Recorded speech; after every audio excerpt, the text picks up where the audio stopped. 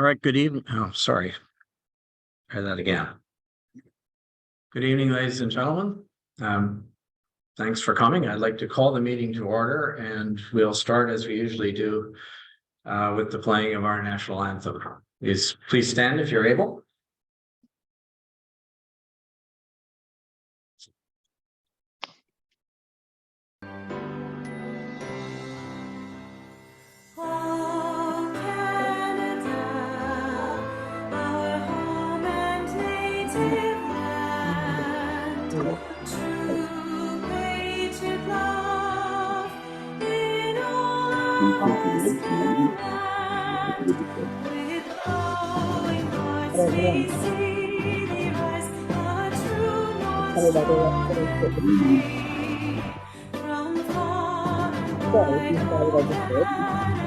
We stand on guard for thee.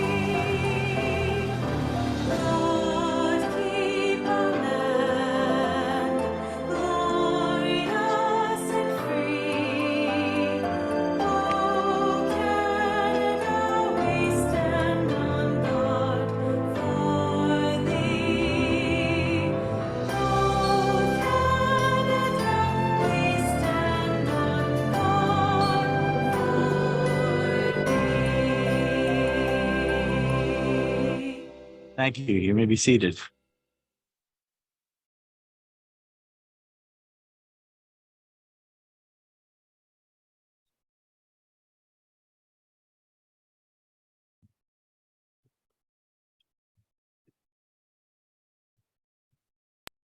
I'll now read our Indigenous Land Acknowledgement Statement. The municipality of Whitestone recognizes all of Canada resides on traditional, unceded, and/or treaty lands of the Indigenous people of Turtle Island. We recognize our municipality on the Robinson-Huron Treaty Territory is home to many past, present, and future Indigenous families. This acknowledgement of the land is a declaration of our commitment and collective responsibility to reconcile the past and to honor and value the culture, history, and relationships we have with one another.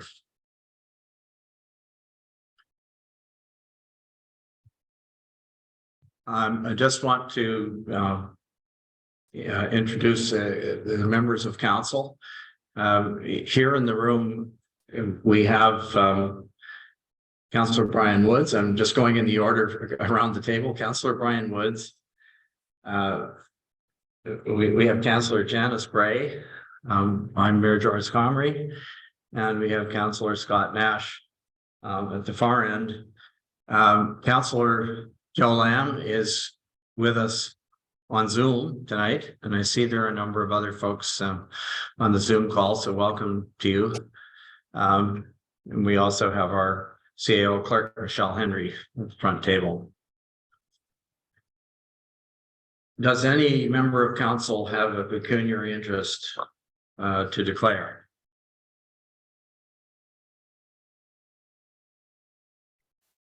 Okay, I see there is none declared.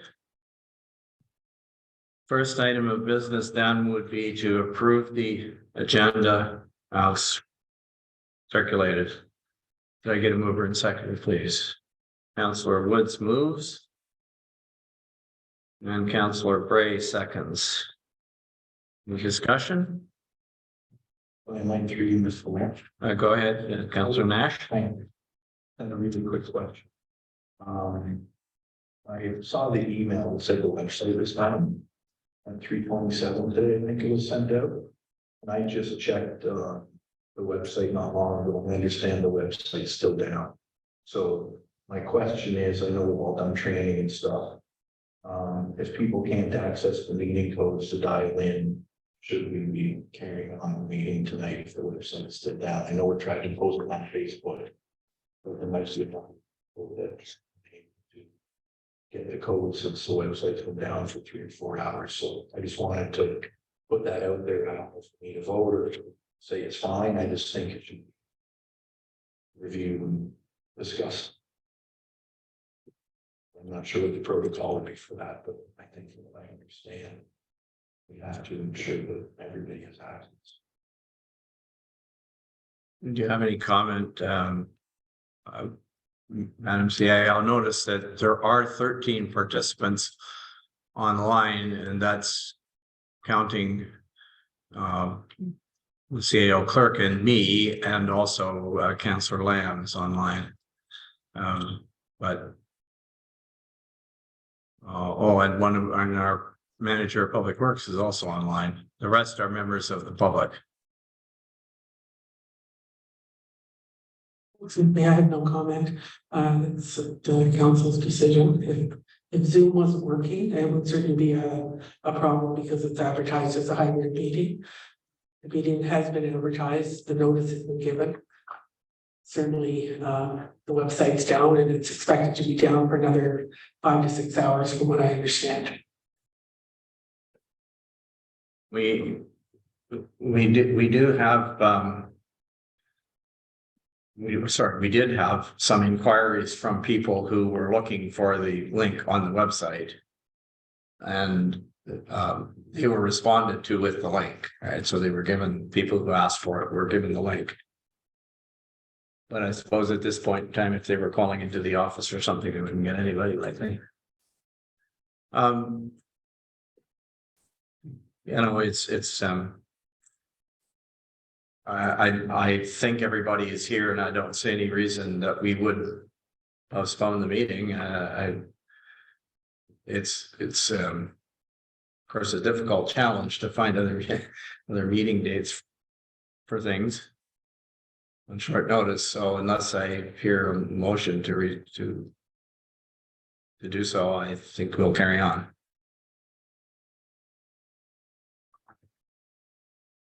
Okay, thank you. Sorry. Can we just do a vote, just so we have something on the record? I'm not trying to make a hard time. I just want to make sure we're doing everything right. And I'm not sure if we are, so I don't know how to introduce a motion for it. I'm not sure if you can come up with something, just vote to proceed. Again, I know the training. Don, it's very difficult to hear you. Can you speak into the mic, please? Yeah, sorry, I'm not sure the mic's right next. Can you hear me okay now? Yeah, a little bit better. Yeah, thank you. Not sure what it was, yeah. Anyways, yeah, I'm just not sure what to do. I know I've given out the code to a couple people, but it's only if they have one of the counselor's email addresses or can reach staff or something, right? So I know we don't have a lot of public meetings tonight, like as in presentations regarding planning items or something, but I don't think it should matter if we have any. Everybody should be allowed to access the meeting. So I'm not sure what to do. I mean, everybody's here, I know that, right? Everybody's prepared, but I don't know if you can think of a motion to do, just so we can have something on the record for it. We have not run into this situation before.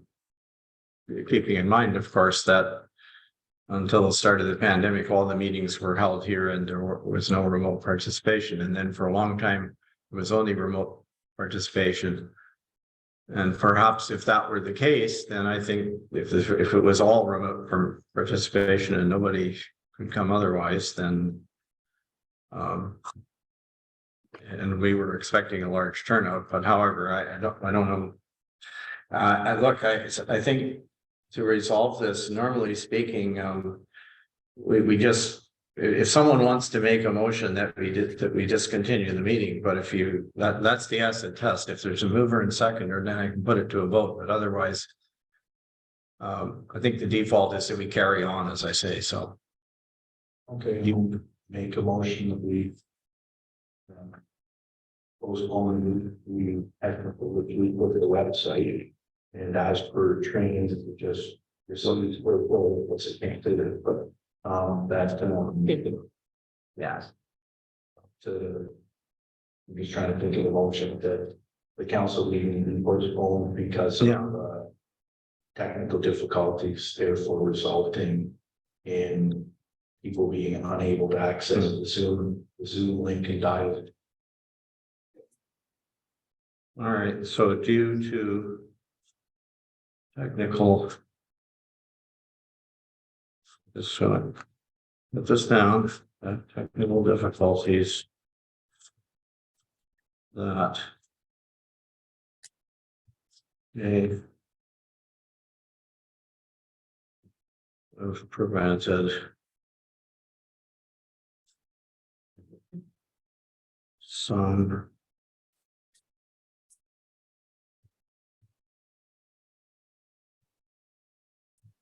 Participants from accessing the meeting.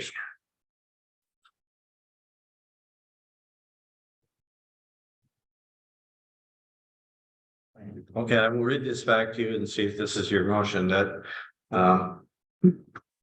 moved by Councillor Nash that the council of the municipality of Whitestone postpone this meeting due to technical difficulties that may have prevented some remote participants from accessing the meeting. Is that okay? Is there a seconder for that motion? I'll second. Okay, seconded by Councillor Woods. Is there any discussion? We haven't already had. Oh, I'm sorry, Councillor Woods is first, Councillor Lamb. Thanks, Mr. Mayor, through you. I completely understand what Councilor Nash is saying. Through no fault of our own, right? The website's down. It was properly posted. I'm assuming, earlier during the week or last week. We're kind of at the mercy of technology, which I'm not friends with. Everybody knows that. I know how these kind of problems can happen, but it's unfortunate to think that if we do cancel the meeting, when are we going to reschedule? That's, I'll leave it at that. Okay, are there any other, Councillor Lamb, you had a comment, I think. Yeah, just the tremendous amount of frustration, I guess. Councillor Nash may be technically right. But as any person I've talked to on council, I said, we're stuck in mud. We're not advancing business of this municipality very quickly.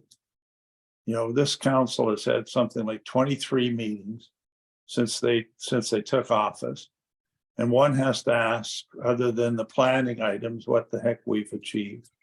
And it's very little. And if we're going to play these kind of, they're not games. They're technically right. Cancel the meeting, right? It's all we're doing is pushing the ball down, and but yet if you vote against it, oh man, you get a complaint to the integrity commissioner, and oh boy, we're all in trouble. It seems we're a litigious group, and I just I got ready for the meeting. My wife had a major operation 4 hours ago, and I made my way to be at this council meeting. And to cancel it, good. I can go up to the hospital and be with my wife. I don't know. We have a very active Facebook page in the community. People noticed. I noticed there are some people on the call that I think may have just seen it on Facebook. If you had the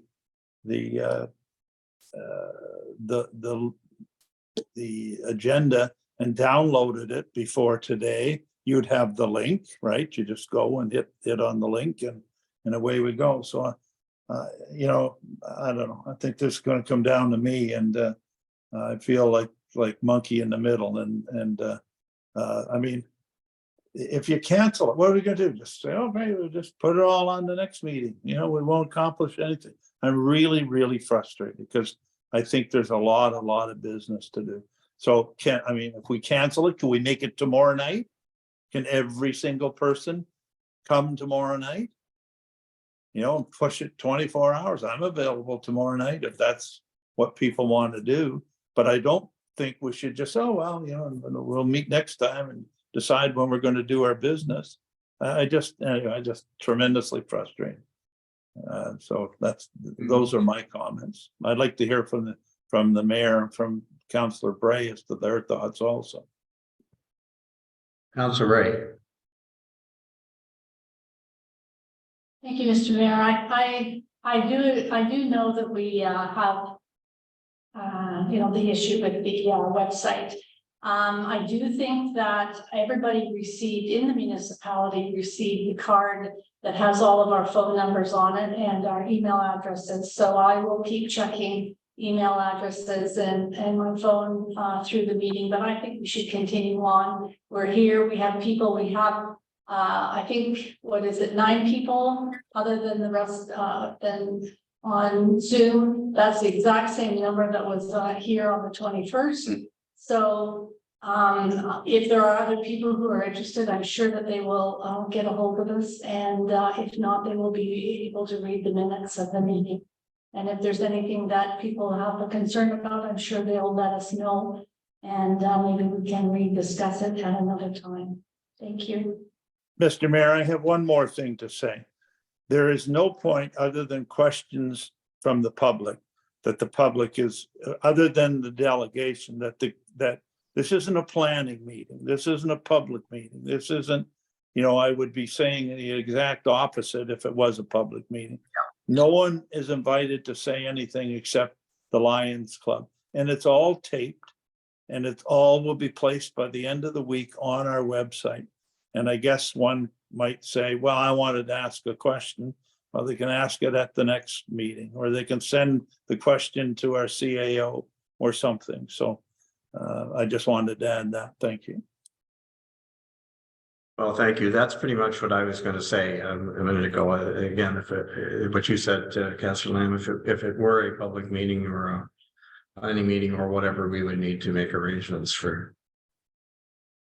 We would not be, I think, would not be able to hear those items, of course, but since it isn't, I'm going to call the question then if there's no other comments. All those in favor of the motion to postpone the meeting? Hey, Councillor Nash, go ahead. Madam CAO.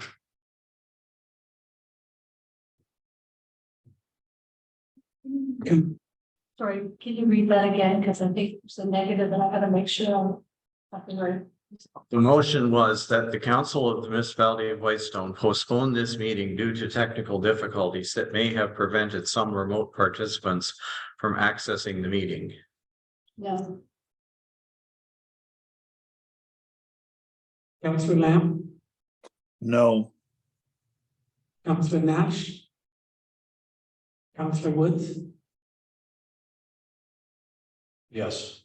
Mayor Palmer, No.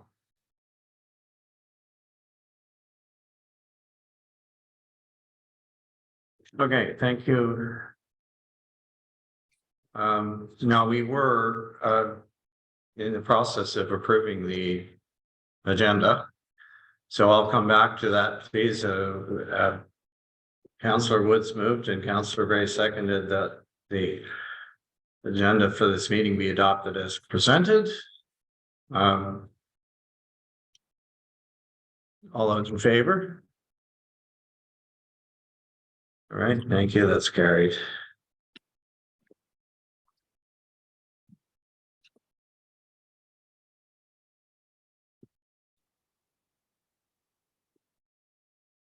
All right.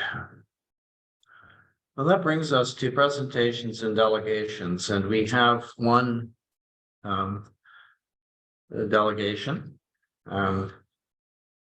that is on the agenda tonight. It's from the Whitestone McKellar Lions Club. And we have with us Robert Dreyer and Joyce Campbell, and they're going to come to the microphone in the community center so that you can hear them. Okay. Good Hey, evening. welcome, folks. Go ahead, please. Good evening, Mayor Cromrie, Councillors and Michelle. My name is Joyce Campbell, President of Whitestone McKellar Lions Club. I brought with me Rob Dreyer from our club. We're here to request the council that you consider taking over the Whitestone Community Group Service Club sign. In 2018, the sign was designed by the Whitestone McKellar Lions Club. The Ministry of Transportation was contacted by the club and the sign was placed at the Grange. The club has taken over The club had to take over a highway corridor management permit, and a permit fee was paid by the club. This permit was from a 5-year term, and the permit expired March 2nd, 2023. I have been in contact with Diane Vilney at the MTO concerning this permit. We both have noted that the address on the permit is incorrect, and I have been advised that the permit fee now is $770 for a new 5-year term. I will now turn it over to Rob. Good evening.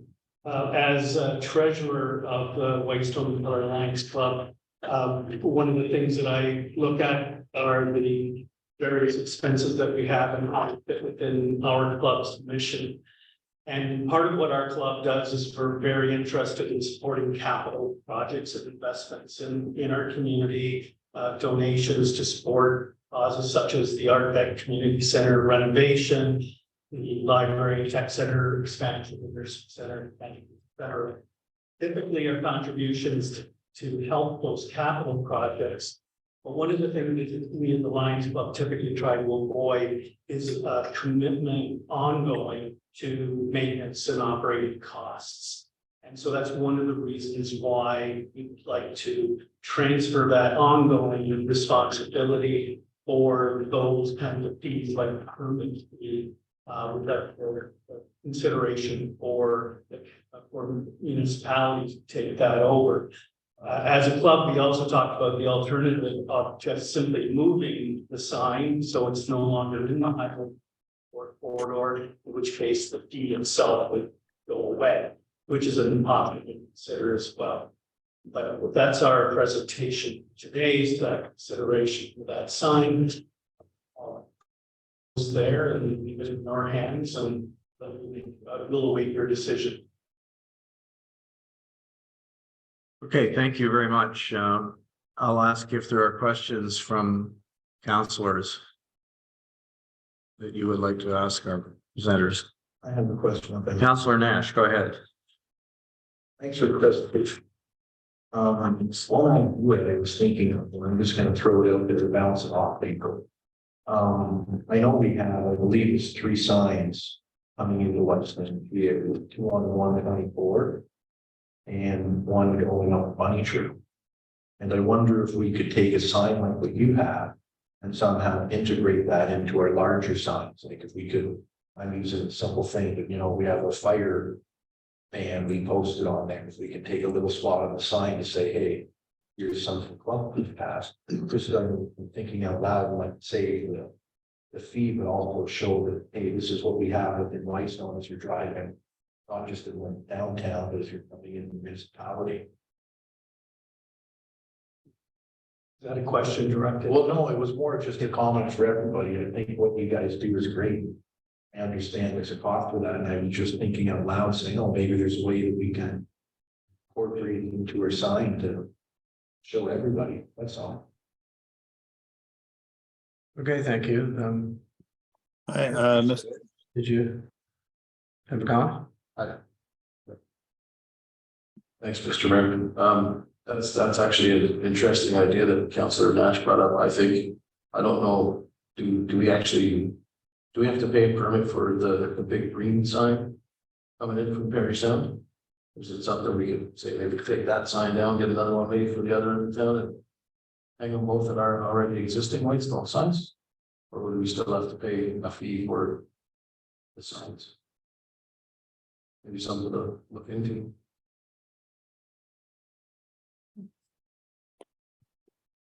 Okay, I guess, I just wanted to note that that in your package, there is a picture of the sign. It's a little different from the other signs that you're talking about. It might be appropriate to have more signs like this. I don't know, but if they are within a certain distance of a highway, then we have to get a permit for them. We have to pay for them. It's an MTO regulation. the Bunny Trail, I guess, is not an MTO road, so we could probably put whatever sign we want on it if we, as long as we're not interfering with our works department or whatever, but I don't know. Yeah, any other comments that people have, or well, certainly any other questions? We're, yeah, at this point, when we're in the delegation, I guess we should be asking her, because It's because it's on the highway that there is a permit required. If we moved it such as down by the water or any place else. It was explained to me that if it can be seen by the highway, there has to be a permit. If it's not seen by the highway, then it can be moved and no fee to it. Because the purpose of putting it up on the highway was that everyone going through would know about all these service clubs within our community. okay, are there any other, Councillor Lamb, you had a question? Go Yeah, ahead. just a couple comments. Thank you to the Lions, obviously, for all the work that you do in the community. It's the McKellar Whitestone Lions Club. Do you have a sign in McKellar? Coming into McKellar somewhere? Is the only sign in Whitestone? I'm not aware that there is.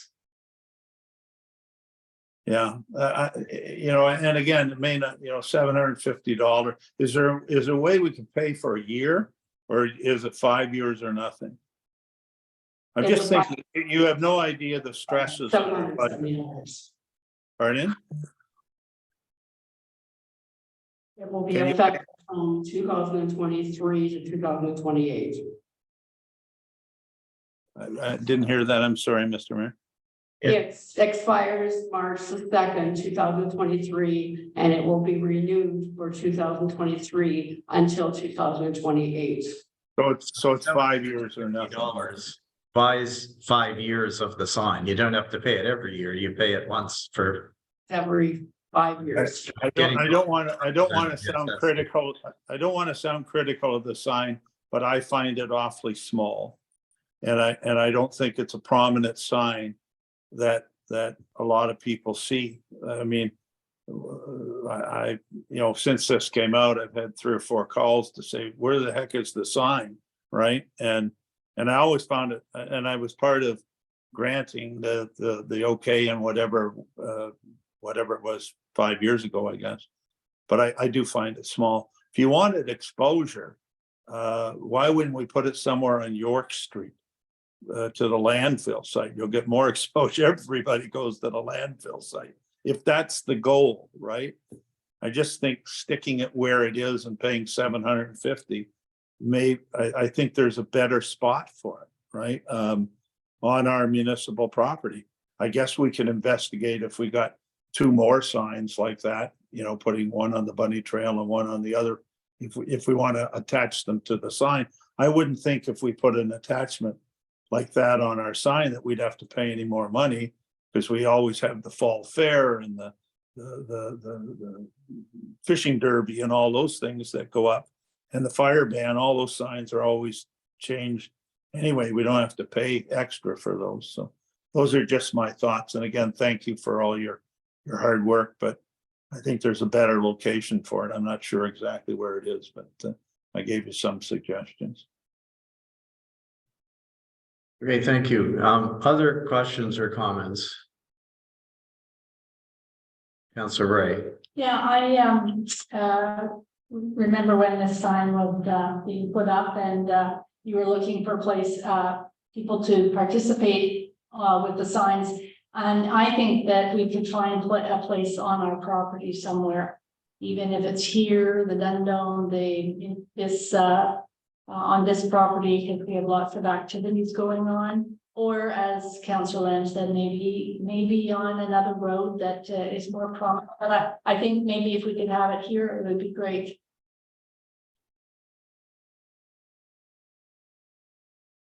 Okay, thanks. If there are no further questions, I will thank the presenters for their time and for bringing this to our attention. And we will And I guess we'll decide in a minute or two if there's any specific action we want to take tonight, but we'll certainly keep it under under advisement and try to get you an answer. The MT know that it's being worked on and we will get back to her Sure. as to what decision has been made. You have a deadline that you need to respond to them, I'm assuming, is that She correct? didn't give me a deadline. I just told her that we were working on it and when we had a decision, I would get back to her. Okay, thank you. All right, we were to have a presentation this evening from the Belvedere Heights Board of Management, and that presentation was canceled by the Board of Management because of other things that that came up that they're working on. So I think we'll we don't have a suggestion as to when that will be rescheduled at this point. So we are done then with our delegations, and we don't have any planning items or a public meeting. Oh, sorry, we do have a public meeting. What is the motion related to this item?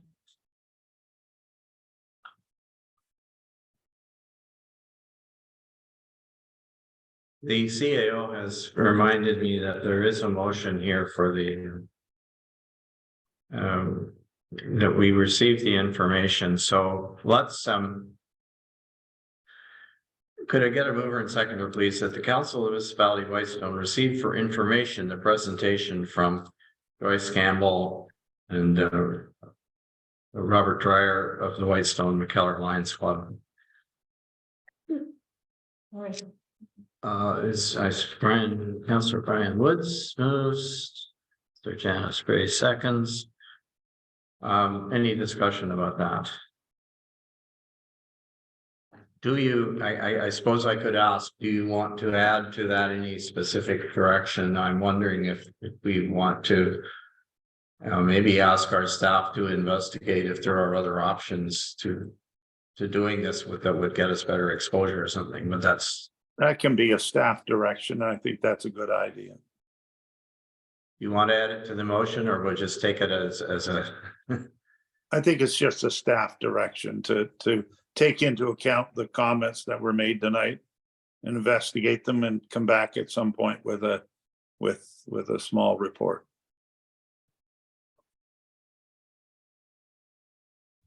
Is that okay, Madam CAO? Do you have a note of that?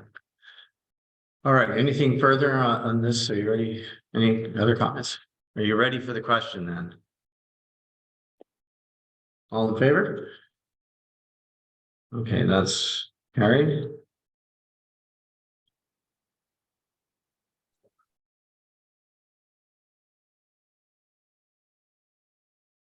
Okay, so public meeting. Mr. Mayor, Yeah. I'm going to suggest, in light of the comments that I made about the agenda, that we defer the public meeting and reschedule it. Yeah, I'm So- sorry. I guess when I was looking at this, I was thinking, no, there's nothing, there's no public, but yes, that was our rationale for continuing. So we can, what we can do is defer that, and what we would end up also doing as a result is removing item, or deferring item 10, which is the bylaw that would happen after we had the discussion Yes, of fees and charges. I would feel comfortable doing that. Do you want a motion, since we didn't do it after we approved the agenda, do you want a motion, Madam CAO? Okay, well, I'll use this one, I'll just modify it. So instead of, this would be item 6. The Council of the Municipality of Whitestone defer the public meeting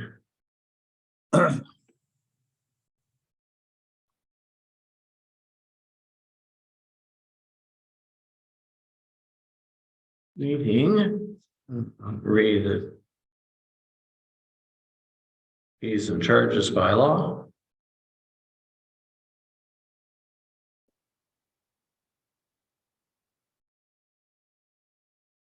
To another meeting.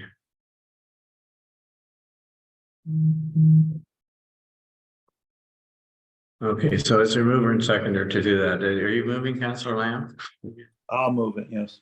And also number 10, right? Yes. All right, I will take that on in consideration. And also.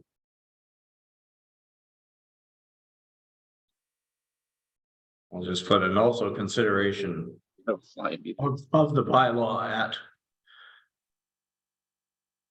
10.1. Agenda item 10.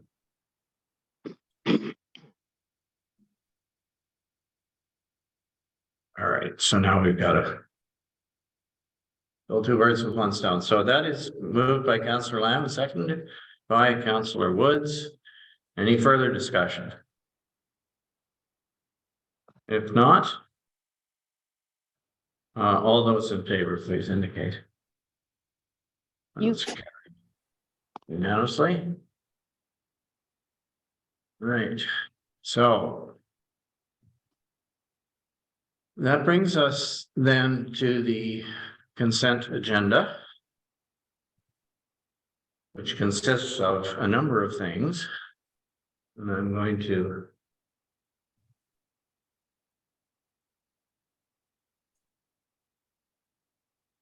go ahead so I don't have to read this multiple times. Whereas the Council of the Municipality of Whitestone has reviewed the consent agenda consisting of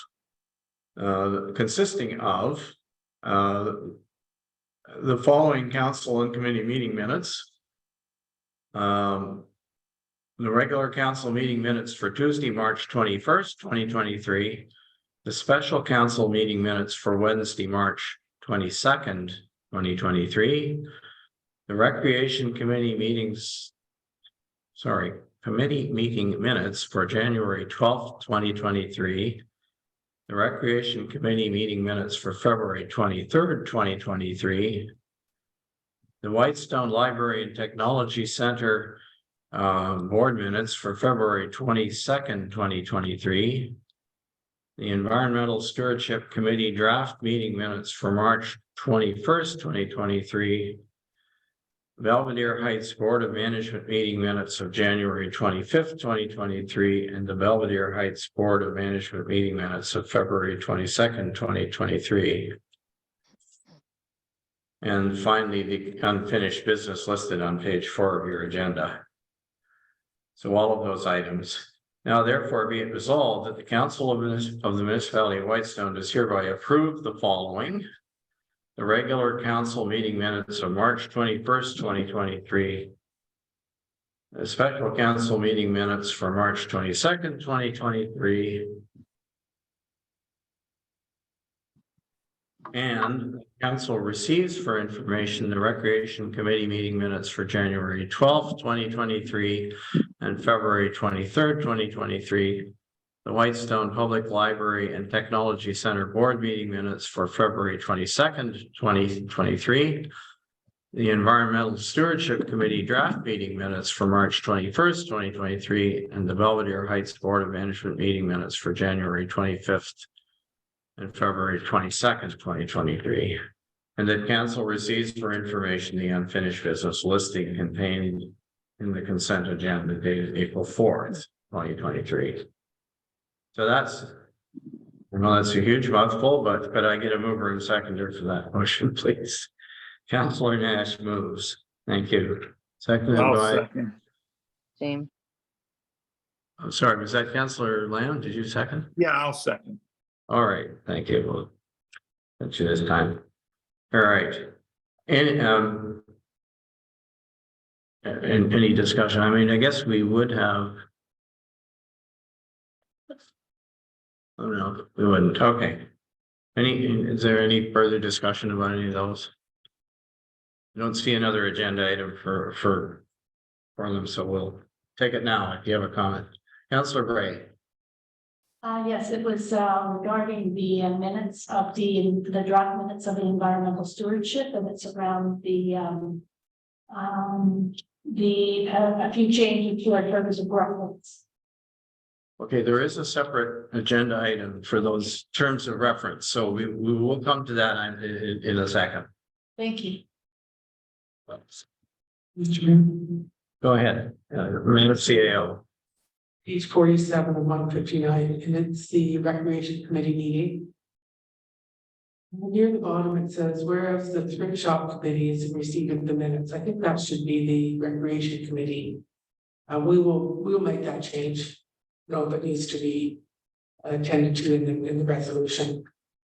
I just noted that somehow the reference to the thrift shop committee got in there when it should be rightfully. Okay. Any other things noted about this? About any of these minutes? All right, if there aren't, we'll go back to the resolution and call the question. All those in favor of receiving and approving as appropriate these minutes? All right, thank you. That's carried. Carried.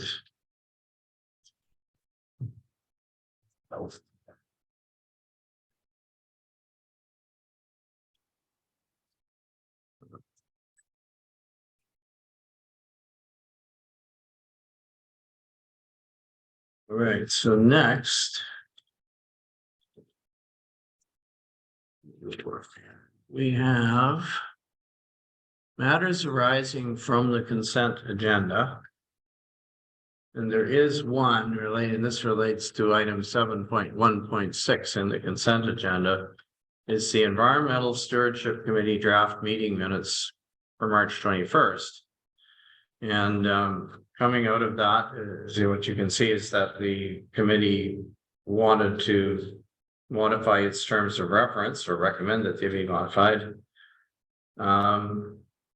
So I have a motion here that the Council of the Municipality of Whitestone does hereby approve the recommended revisions to the terms of reference for the Whitestone Environmental Stewardship Committee as follows. Number 2, key duties and responsibilities, remove 2.4, train volunteers. 3, constituency and qualifications of committee/task force members, remove 1 sub I. And amend, remove. Amend III by changing the number 9 to the number 12. So remove the number 9 and remove 12. So number of members, I guess. And 3, add to 3.3, encourage representation from the following: lake associations, conservation associations, road associations, community organization, First Nations, members of the public, and others.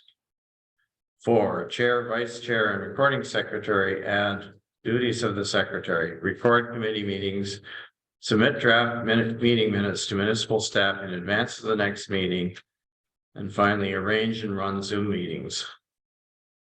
And the last change is to number 6 in the terms of reference, quorum, and amend it to read 5 members to 50%.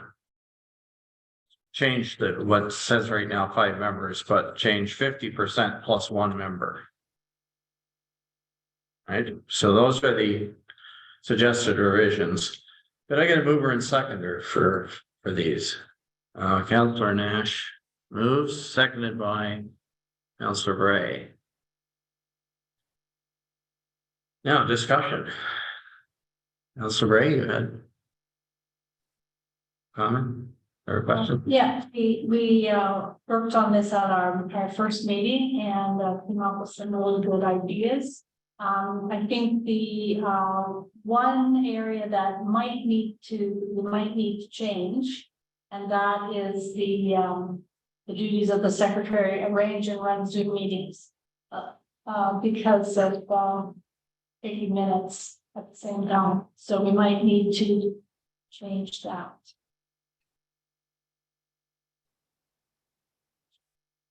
Do you have a suggestion as to how you would change it? If I might. Councillor Nash, go ahead.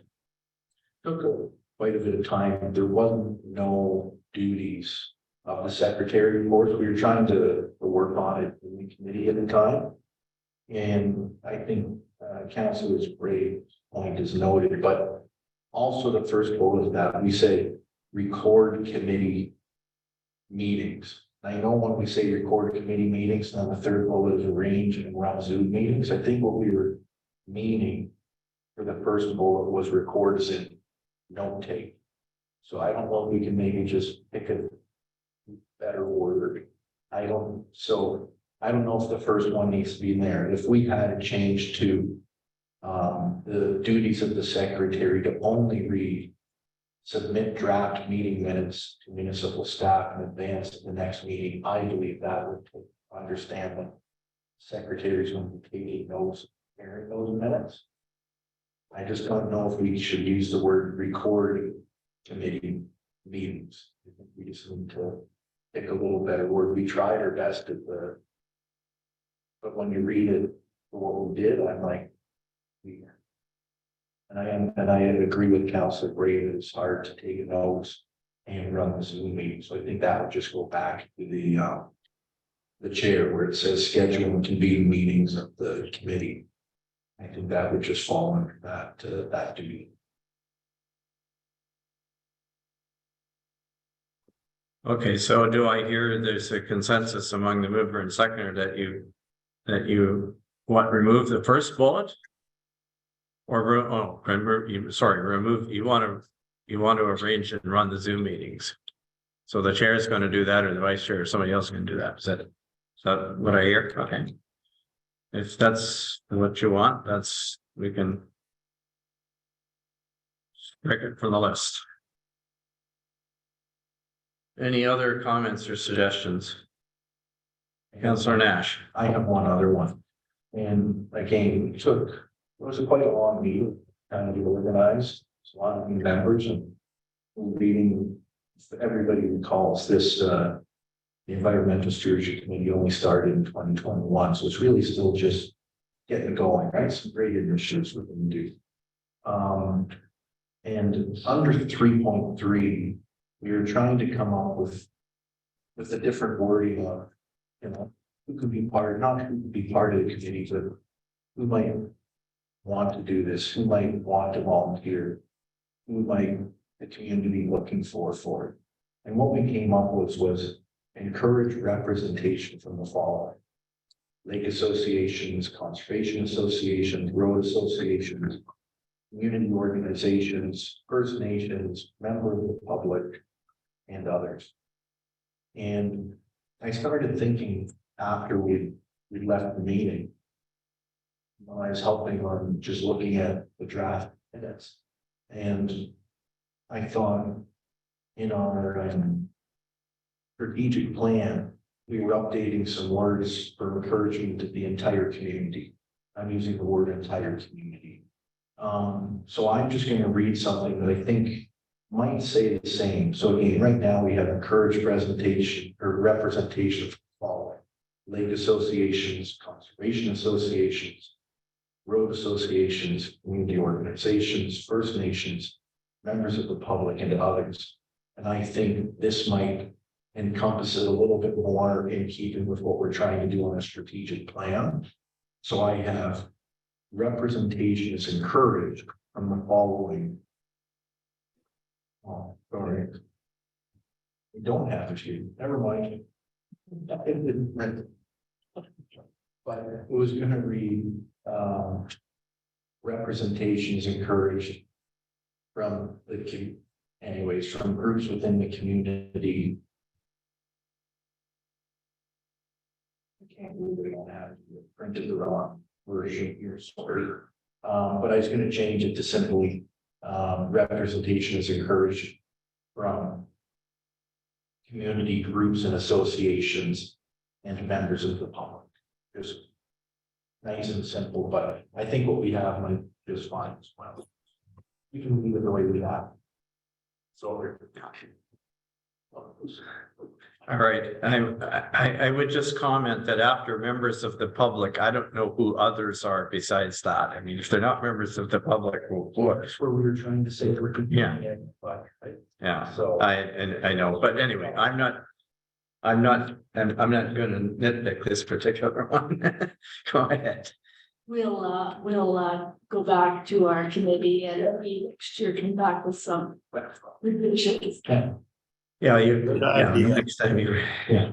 Anyway, I did have one other question, I guess. It's just a question.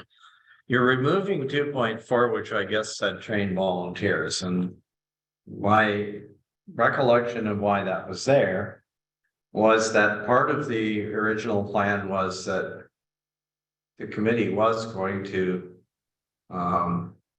try to organize groups of volunteers to do various things. And the thing that comes to mind, I mean, there are things related to, you know, perhaps looking for, say, is it not species, sorry, but the weeds that you don't want growing there and those kinds of things, right? But in particular, there was work associated with water quality testing. They were training youngsters to or giving some training so they could participate in benthic monitoring, so they could participate in other kinds of water quality monitoring, which used to be done by volunteers. It still is being done by volunteers in some cases. So my question is, is there some underlying assumption that we're not going to use volunteers to do these things anymore? We're going to pay somebody else to do it, or what's the rationale? Mr. Mayor, I think the concern of some of the members was that the idea that we would be responsible for training volunteers. Using volunteers is not an issue. I think volunteers are fine. I think it was just the idea that it would be our responsibility to train volunteers. So I think that it's probably something that we can discuss at our group, but I think that it was just a concern as to if it was a requirement to train volunteers or whether it was more of the ability to use volunteers. And so I think that we would prefer it to be use volunteers in activities. That's I can just add to what Councilor Ray said. And yeah, it was a couple members that just mentioned, but I think Councilor Ray hit it on the head there. But what it was, a couple people in the committee didn't want to feel like if we train somebody does something wrong and then it comes back to trained incorrectly. So it really came down to that volunteers would be welcome, volunteers do a lot of things, but could we be training when in case they aren't trained right? So it was more volunteers would be great, but just maybe we aren't the ones to train them to if something goes wrong. Which we all, I think everybody agreed, based on the discussion that took place, it made sense to. okay. Well, fair enough. Are there any other comments or questions about this particular motion? Can I call the question then to amend the terms of reference of the Environmental Stewardship Committee? All those in favor, please indicate. Okay, thank you. That's carried unanimously. That then brings us to, let's see where we are here. Accounts payable.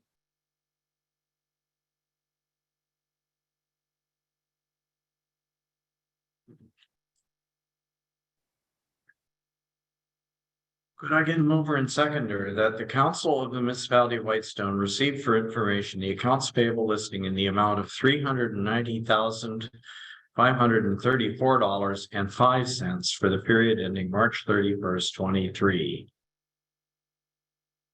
Moved by Councillor Woods, seconded by Councillor Nash. Discussion. Any comments or questions?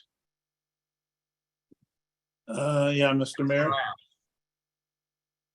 Yeah, 1226. Gincor Industries, a $4,983 repair to the 2020 Freightliner. What was that? It's on page 1, I think, of the accounts payable. Dave's on the line. Dave, I'm looking to see if our, you there, sorry, let me get, top right. well, yeah, I was trying to get rid of that chat, but. Our manager of public works is on the line. Dave, can you Sure. respond to that question? Please? Yeah, sorry, but I missed the question. Is it possible to get that repeated? Yeah, it's just what was in the payables, item 1226. Was a payment to Gincor Industries in regard to the Freightliner 2020 Freightliner repair, $4,487.72, Yes. plus HST. What was that? Was the question? So on our newest, our 2020 Freightliner, the box didn't line up with the cab, so the box didn't line up with the frame. It came twisted. So when we're putting it up and down, it came over, and the hinges at the back that hold the box on were twisted. So when it went up to Freightliner, they to look at the alignment, it was sent to Gincor, and when it went to Gincor, they needed to replace those hinges. So cut it off the frame, cut off the box, and put new hinges on and straighten everything back up. And that could have been over time, but it likely could have been from while working impacts. We had an impact where we hit a stump under the snow, and we had another one where during the mild weather conditions, one day it slid off the road into the ditch, not over, but on the ditch. It did go off the road one time this winter. So that was a large replacement, and it wasn't expected. It's not common. Okay, thank you. All right, thanks. Other questions, Councillor Nash? One simple question on this one today, and I think it's just more for the public to be aware, because I think it's self-explanatory, but line item 1239, it was an amount of order 96,000, and I believe where's yours? 30. It says land capital purchase. I assume that's for the piece of land we bought. So I just wanted to see if I'm correct, and that way the public will know that we've done it. The answer is correct. Is yes. Our CAO is confirming it's a piece of property immediately to the east of this building we're in. I think that's great, but that's not the done. Perfect, thank you. Okay, any other questions? No? All right, then, can I call the question with respect to approving the motion to receive this information? All in favor? Thank you. That's unanimous.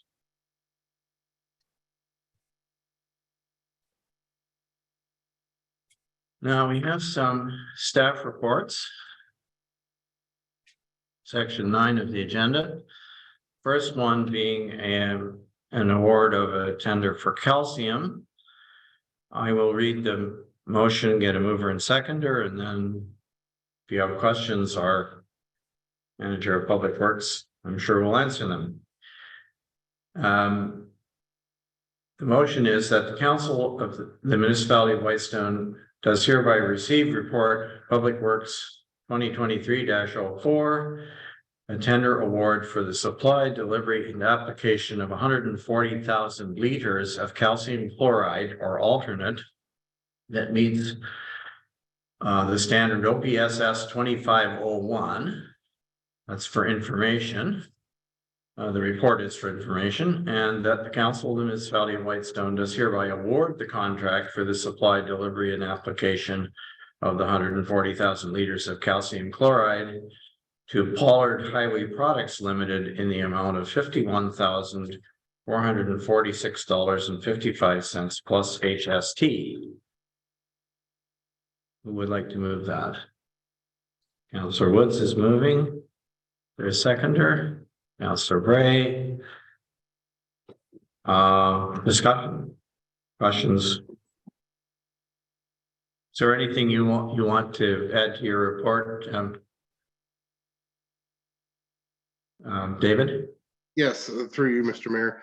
Of note, this year we did join a group tender to try and obtain more competitive pricing with the Amagman Road Supervisors Group, which we're a member of. Thank you. And I think if you look at the, if you look at page 77 of 159 and see the tenders that were offered, you can see that we did in fact, this is a cost that there is a cost difference there. Mr. Mayor? Councillor Lamb. Yeah, David, thank you. What other types of tenders can we join the amalgamate group with? Because I like the result of this one. It's $9,000, nearly $10,000. So would they do this for gravel? Would they do this? I mean, explain other applications of this that we can join. Thank you very much. Through you, Mr. Mayor. That's an excellent question. This is the only joint tender that the municipalities join in. This is the only one. There's a lot of things that are discussed and a lot of ideas are thrown out there. The biggest thing that we join in is to keep the cost down is training.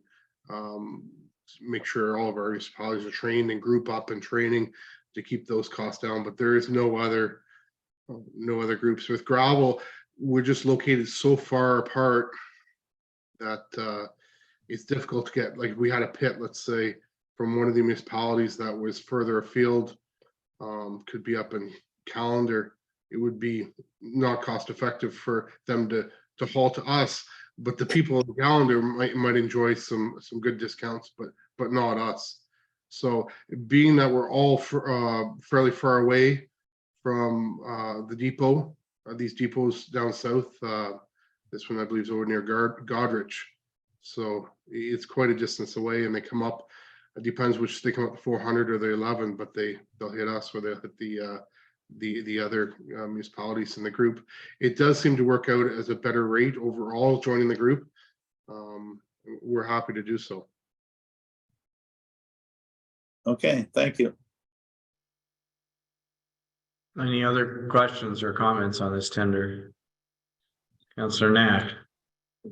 Two very simple questions. The first one is, I see that it says under financial considerations that 49,000 of it will be under the capital, or sorry, will be under the operating, and 2,400 under the capital for Maple Island Road. I'm just wondering why a little bit has been pulled out and wouldn't all just be under operating. Thank you very much. Can you answer that? Yes, David? through you, Mr. Mayor. Thank you. So the question, why is the cost for Maple Island capital pulled out? This is a capital project, start to finish. It's not a maintenance project. So all works related to the benefit of this capital improvement are captured under capital costs. No maintenance on the road. It's all capital improvement. And that's how it was captured, and some of our funding that we received through gas tax, I believe will also go towards this capital project. And this will benefit our funding. Okay, thank you, David. And the second question was simply, 140,000 liters seems like a lot to me, but obviously we use it every year to keep the dust down. I'm just wondering how often, I might depend on the weather, but how often is, the dust control applied? Is it on a weekly basis or a bi-weekly basis on average, or just curious? Through you, Mr. Mayor, we apply once, and that's typically as soon as we can get out in the spring after the spring thaw, and usually end of May, early June is when we book to apply those applications. So it's just a single application, and we try to, if we have some spots here and there, we may use flake or flake calcium to try and mitigate it with our water truck. But the cost is, this will get us basically 5 truckloads. So there's not really much money for an additional. This will give us one application rate, a single application rate, and this is, we stretch it. So we are on the low side of our application rate for the Ontario Provincial Standards rates. So it is very expensive to put out. So we try to manage as best we can. You'll see on south facing hills, maybe west facing hills, we'll try and get more application on because the sun hits it more. And then on the north side, they'll get less along wet areas or swamps or lakes and whatnot. They'll get much less because the moisture is high there. In front of houses, we'll slow down a bit and try and apply a little more, but our application rate's about 1,800 liters per kilometer. And this will give us a single application rate. And what it does, it'll just hold the roads together. If we go less, the roads will start to break up. You won't get that, it won't be solid, and we'll have to grade it more, and the dust becomes bad. So it's really a matter of trying to be effective and efficient in how we apply it, because the cost is just so high. Thank you. Thanks a lot, David. Okay, anything else about calcium? Okay, since this is a tender, then I will ask our CAO to call the roll for the vote, please. Thank you, Councillor Bray. Yes. Councillor Lamb, Yes. Councillor Nash, Yes. Councillor Woods, Mayor Conry. Yes. That motion is carried. Okay, thank you. Okay, next, 9.2, we have a memo from the fire department to the Public Works Department on requirements for burning brush at municipal landfill sites. And this subject came up a few meetings ago. Could I get a mover and seconder, please, that the Council of the Municipality of Whitestone receive for information the memo fire department requirements for public works to burn brush at municipal landfills? Councillor Nash is moving, seconded by Councillor Woods. Is there any discussion of this memo? Not sure on mute or not.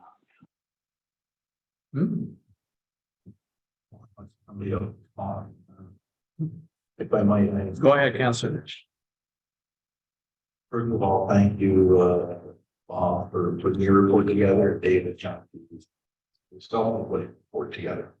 I guess this came out of a question that asked about, and we possibly burn, not burn to try and save some money. I know we used to burn. And once it's seen this report, I did speak to the fire chief. And I saw some big numbers, $10,000 a day to extinguish a fire could cost 15 to 20,000. From what I understand, and correct me if I'm wrong, fire chief, if there's, I'm misquoting something, but I understand that, since the municipality has been incorporated, that we've never been charged MNRF, or never. The MNRF have to come in for a fire, and I guess been fined by municipalities, never been fined, is that correct?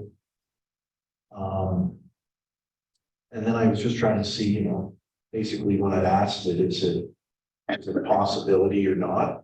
And I read here that from what I see through the report, I get that burning is not as safe as not burning, I think.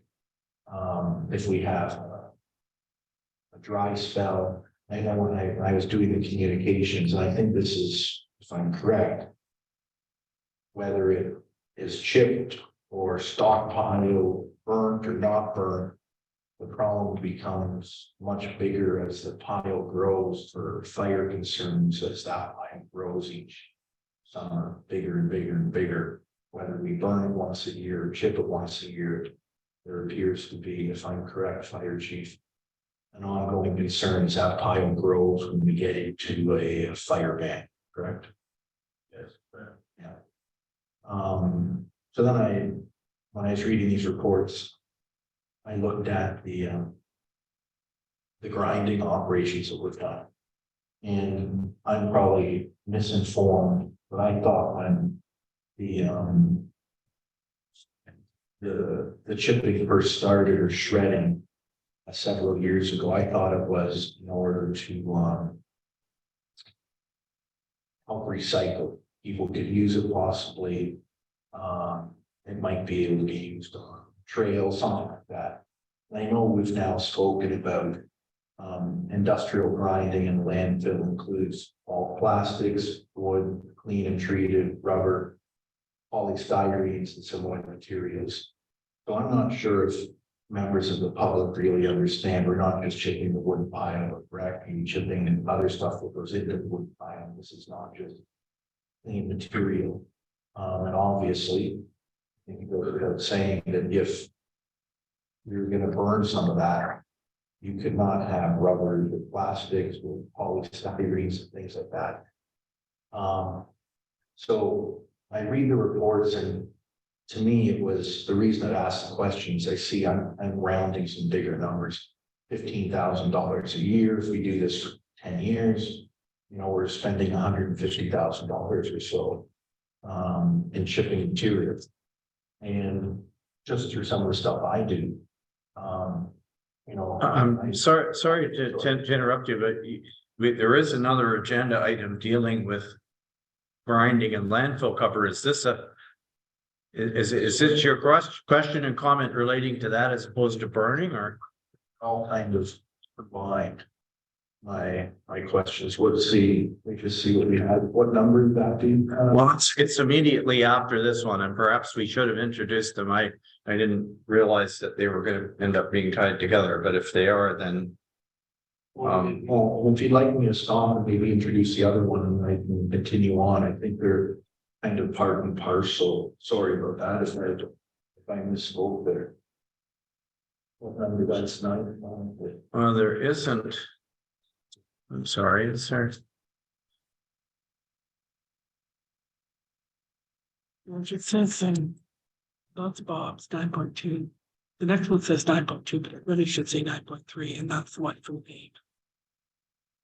Yeah, I'm just wondering, was there was no motion to cover these, was there? And there is just receive for information. Okay, I'm sorry. Do you know where it is? No, I'm not finding it here. Did I misplace it, or?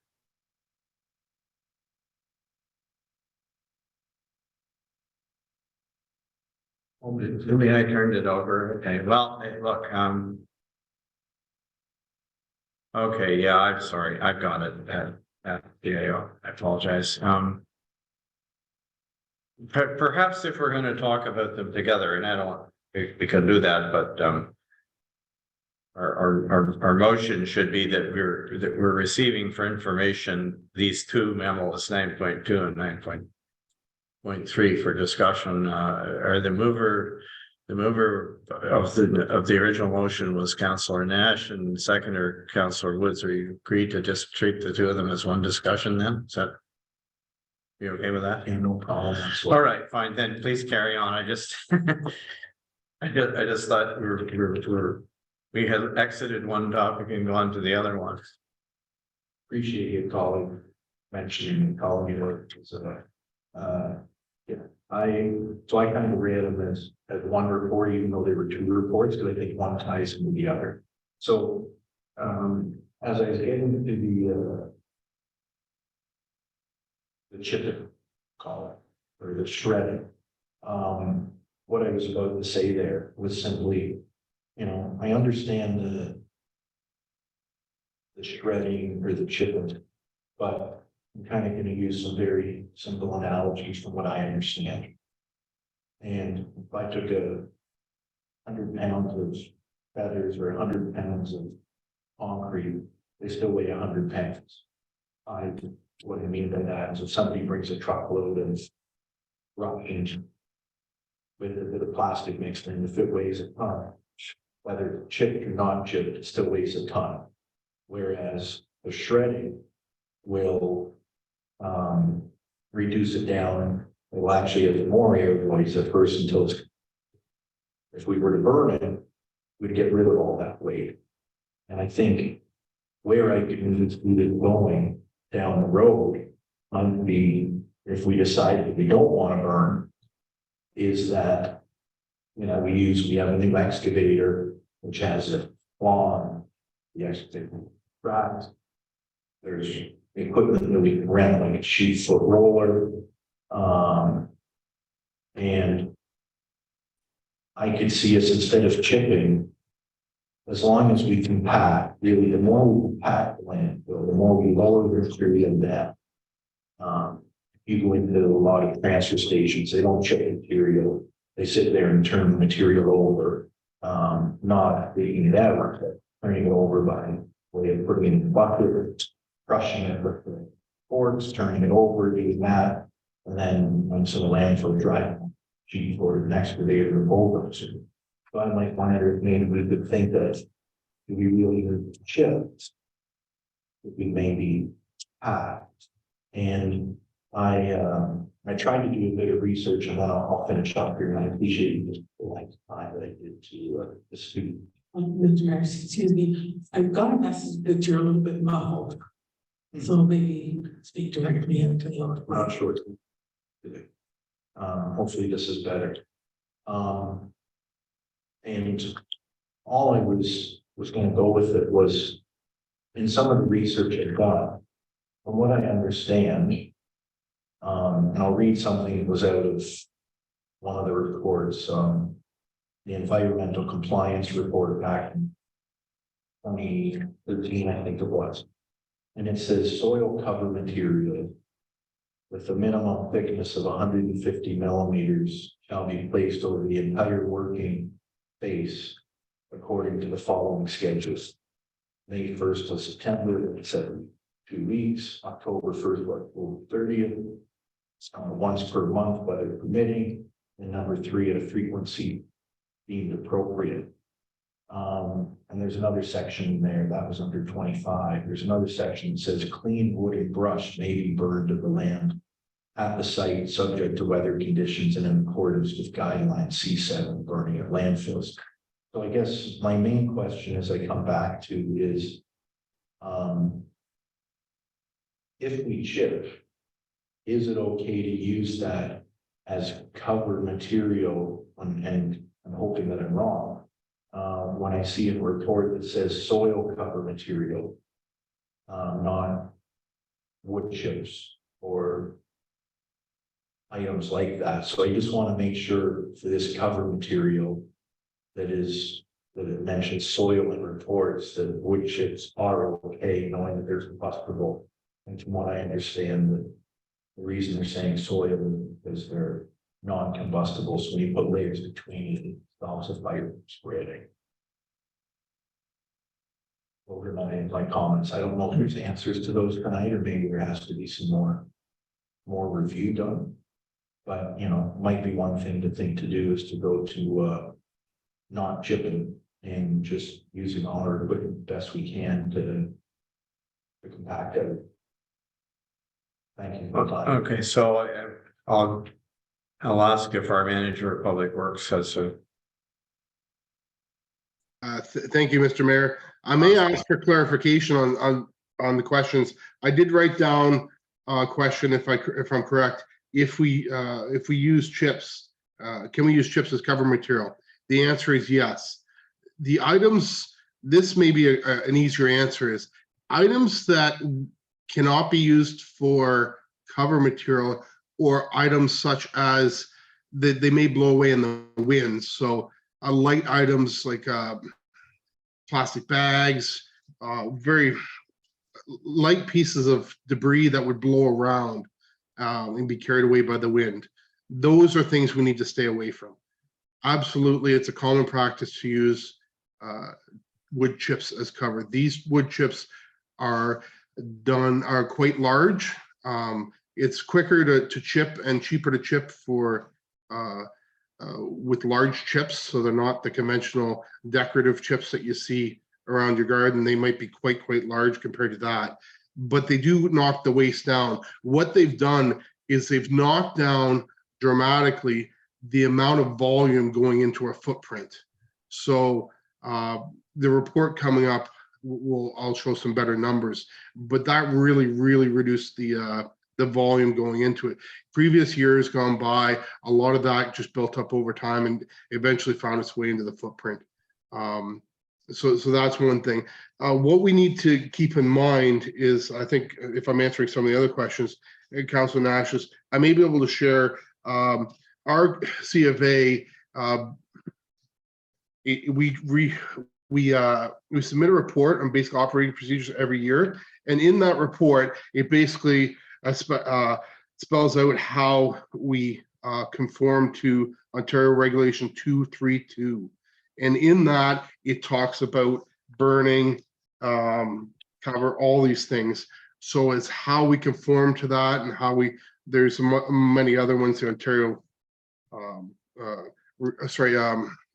drinking water parameters. There's a variety of them. There's quite a few of them, and not to get into deep, but our site here, we have reduced the footprint dramatically by chipping. I think that's the long and the short of it. We are permitted to use it. It is common practice. It's one of the best. It's actually a best practice. It's not all clean wood. We saw a high bill last year for large volumes, and that was directly in response to that wind event we had. That one wind event we had where we opened it up to the public to free dumping, and that's what drove the cost up. The previous year was at least, for 10,000, was at least a year or more worth of grinding. So a typical year, you'd see less than 10,000. That would be a typical year. If you include the windstorms, which are, I can't say what the occurrence of a windstorm such as that, maybe a 1 in 20 year, I'd be guessing at that. But that's what we'd be looking at, those larger volumes. When we do open up the landfill to accept free brush in response to that, that's what we get. We get a higher bill, and that bill, I think, came to us, and you could basically spell it out as $5,000. It cost us $5,000 to respond to that windstorm, and that was the cost last year. So every year going forward, maybe 10,000 might be the right number. There's options to look at other things, but if we want to be serious about reducing volume in it, this is probably the best way. When we talk about other operational procedures such as sheet foot rollers, there's a whole process in there. You need a large area to push the material around, bring it back, and really drive that compaction in there. There's a whole process. By no means do we even come close to some of these ideas. I mean, for operational, I'm happy to answer a lot of these questions, but I think there's quite a few of them that are just outside of our wheelhouse. We're Whitestone. We're not a city of Guelph or a city of Toronto or say Markham, we don't have these landfills that have this large areas that we have a large sheep roller that can come in and do these things. We just have to deal with it in a manner that is reasonable. It follows the guidelines and the regulations, and it reduces our footprint. And I think we're all on board with doing these. So going forward, if I could have some clarification on the future, maybe we can get a list of them, of these questions, and I can get into detail on answering them and how they apply to the municipality of Whitestone. Thank you. I just one follow-up question for that, Mr. Chairman. Oh, okay, I'm gonna want some other people to, but Just a quick follow-up to that.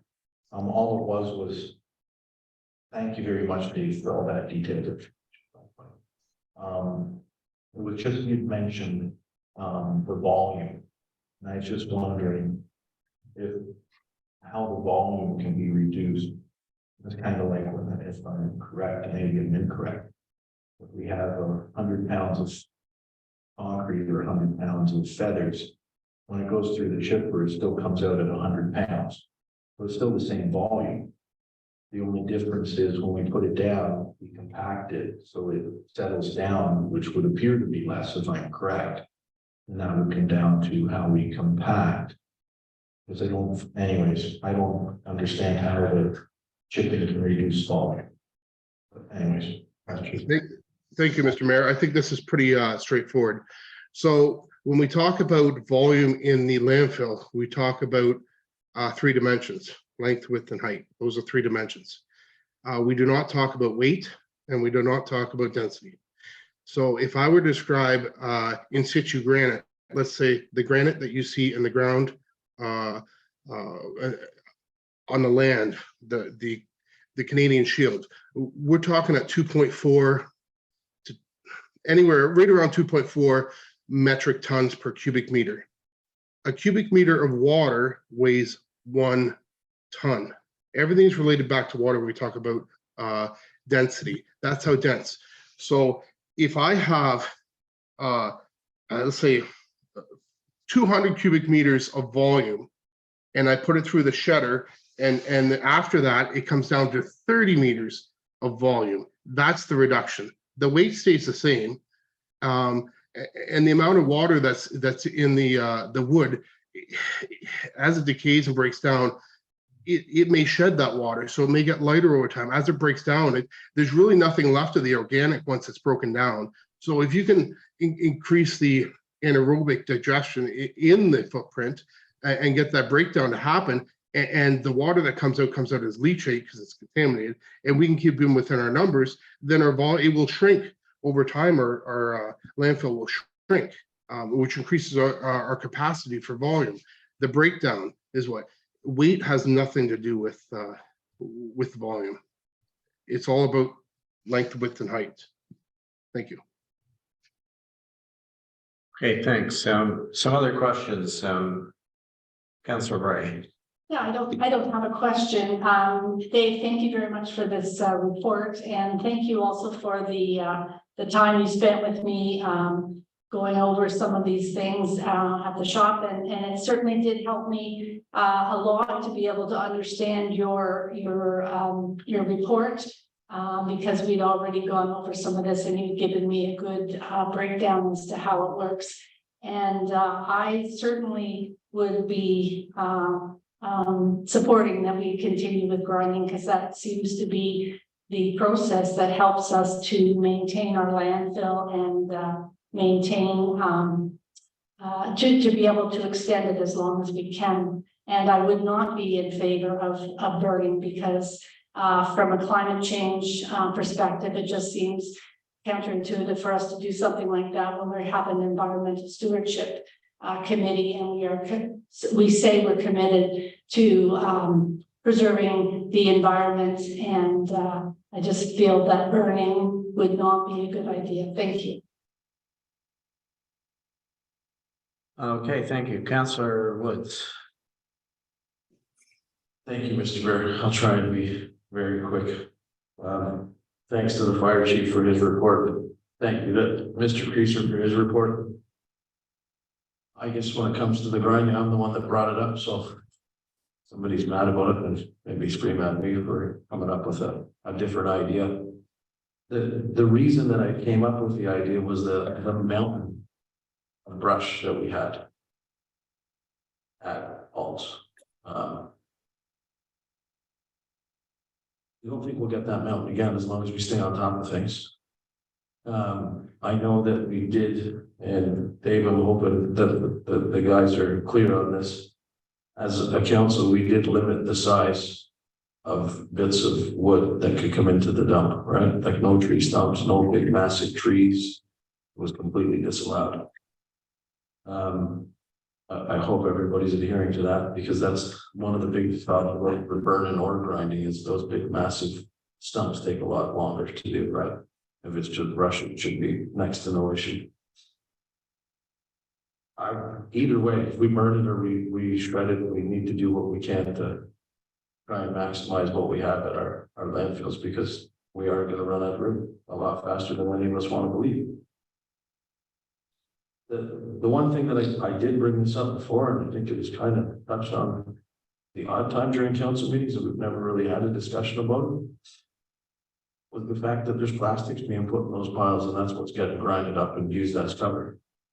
There was a very big push, not just last term of council, but the previous term of council to that, about getting all the plastics out of the landfill, which is why we went to clear bags. And why we're encouraging people so much to do their best to recycle. And we as a municipality should be following that and leading that charge, right? We can't throw plastic or whatever the reason might be into a pile that we're going to shred or burn and then use it as cover. That's irresponsible as far as I'm concerned. But I'll just leave my comments there. Thank you, Mr. Mayor. Okay, thanks. Again, any comment from the manager of public works? Yes, thank you very much, Mr. Mayor. If I may respond to your comment, Councilor Wood, thank you very much. You had some great points. The plastics that are acceptable in our recycling program, which is called the Blue Box program, they go into our recycling, and they go to our compactors, and then they're hauled away and they're processed and recycled. The items that are not part of the program and not permitted in the Blue Box program are what's being shredded. So these would be toys, a lot of children's toys. You'll see large play sets, maybe there's just bulk plastic. Plastic's cheap to produce, it seems, and it does find its way to the landfill. We do have to receive it. A lot of it, the bulky stuff, is not part of the Blue Box. What is part of the Blue Box is packaging. Anything you can think of packaging. So when you go to the store and buy something from Canadian Tire, Walmart, or the grocery store that's got plastic around it, pop cans, cardboard, that's all part of it, and they pay into it. And that those people are adamant that that we keep non-recyclables or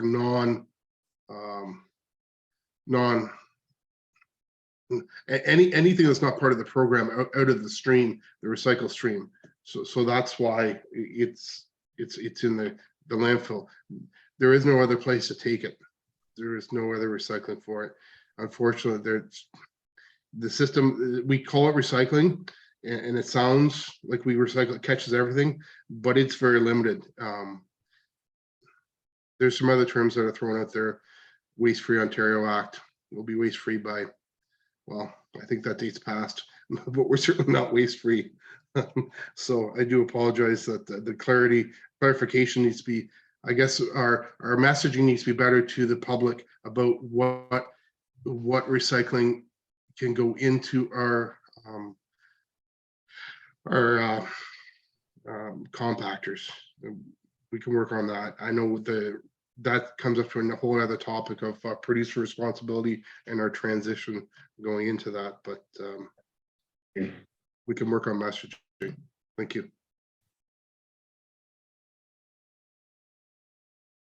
Okay, thanks. If there's nothing else, I'd like to call the question on this one and move on to another one. We've had a pretty good discussion, I think. I just have a quick one. Oh, okay, sorry, Councilman, go ahead. Yeah, I haven't spoken to it, and I'll be Oh, very yeah. brief. I want to thank both the fire chief and David because I trust them and their judgment and their reports. So I really don't have any super different direction to go than the direction we're going. And I've learned some things tonight, and I thank you for it. The only thing that kind of hit me was the plastics that we can't send out and that we grind and put in our landfill site. David, you saying there's no other option, so we couldn't package those up with other things going to that they haul away and take it somewhere else. They're I guess I believe you. If there's no other option for them, then fine. But plastics obviously take 100 years or whatever to break down if ever. So but anyway, there's just no other option, David, and that's the only question I have. Thank you. Through you, Mr. Mayor. There is, I believe we can look into that. There's McDougall accepts a lot of ours, which a lot of it gets sent there. There is a lot of, I think our bulk items do go into the idea we hope to achieve, I think, is whatever goes in those bins, you're going to be paying for if you're less than 40, the size of a 45 gallon drum, which I think we've trained our ratepayers to identify the volume of a 45 gallon drum. I think you can almost ask any one of our ratepayers what the size of a 45 gallon drum is, and they would have a pretty good idea just because of going to the landfill and not having to pay for that amount. So we do have that option of moving it there, and a lot of it does go there. I think there is some that does not, but It does not because we choose to not send it to them? I think a lot of it you'll see up in the landfill. There's things that when we get busy with the staff, people throwing stuff in the wood pile. If there's different things find their way in there. We try and pull them out as best we can, but there's contamination. There just is. It's rather clean, but some of these items do get in there and do get chipped down. So we pay to haul it to our neighbors in McDougall, and we also pay for the transportation costs. So there's a transportation cost plus a tipping cost as well. Okay, thank you. All right, thanks. If there's nothing else on this one, can I call the question for 9.2 and 9.3, please, that we receive these reports? All in favor? Okay, that's carried. Thank you. And 9.4 is a memo regarding the sharing of chief building official services with the township of McKellar. Can I get a mover and seconder, please, that the council of the municipality of Whitestone hereby agrees to enter into a 5-year agreement with the township of McKellar for shared chief building official services substantially in the form presented at the April 4th, 2023 council meeting. That's moved by Councillor Wood, seconded I'll by second it.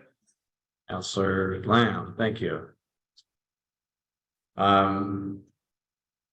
Is there anything that you want to tell us about this, Madam CAO? Thank you, Mr. Mayor. As you can see from the memo, there's a McKellar and Whitestone entered into an agreement in 2000, and that agreement is still in place. 2 or 3 sentences basically said that each party will supply buildings, official services when needed. Both municipalities thought we should have a more modernized agreement, which we've come up with. We haven't had a chance to work too closely with McKellar because the CAO clerk has been off on sick leave for a bit, but the terms of the agreement are fairly simple. So once we have a chance to speak with McKellar and council's agreeable, we'll come back and there will be a bylaw. We won't enter into the agreement without a bylaw, and if there's anything significantly changed, which I don't expect there will be, that will be brought to council's attention. And the two municipalities get along, the CBOs get along, and they help each other a lot, so it's a good working relationship for both municipalities. Okay, thank you. Are there any questions or comments for council about this one? Councillor Woods.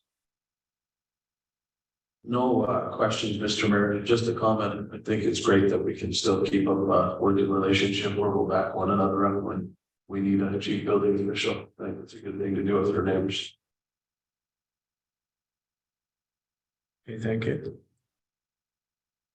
I may just ask our CAO, have we ever had, or do we have any relationships with any other municipalities with respect to this? Like, I'm thinking of Magnetawan or Perry Sound, or We have had a relationship with McDougall, us. And that could still exist if we wanted to. We did try to build a relationship with Magnetawan, but they found themselves just as busy as Whitestone, maybe a bit more, and have since hired a part-time building inspector. So they don't really need us as much as we need them. I would think in a desperate situation, they would help out because we have a good relationship. I have a good relationship with the CAO and happen to know the CBO over there. So, but for now, the McKellar Whitestone relationship seems to be the best. And interestingly enough, our CBO lives in McKellar, and so often he'll do a couple of inspections before he even comes into work. So it works out quite nicely. okay, thank you very much. All right, anything else about this one? I'll call the question. All those in favor? That's carried unanimously. Thank you. All right.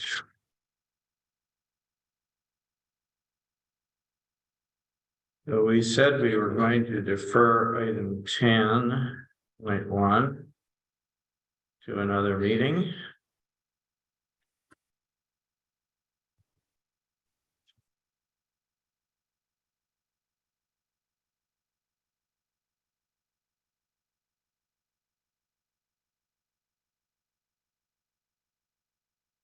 That brings us to item 11.1.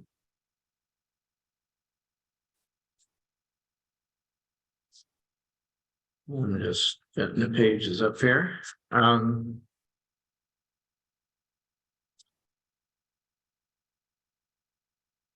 What I'm going to suggest we do in this particular case is that we have a series of recommendations.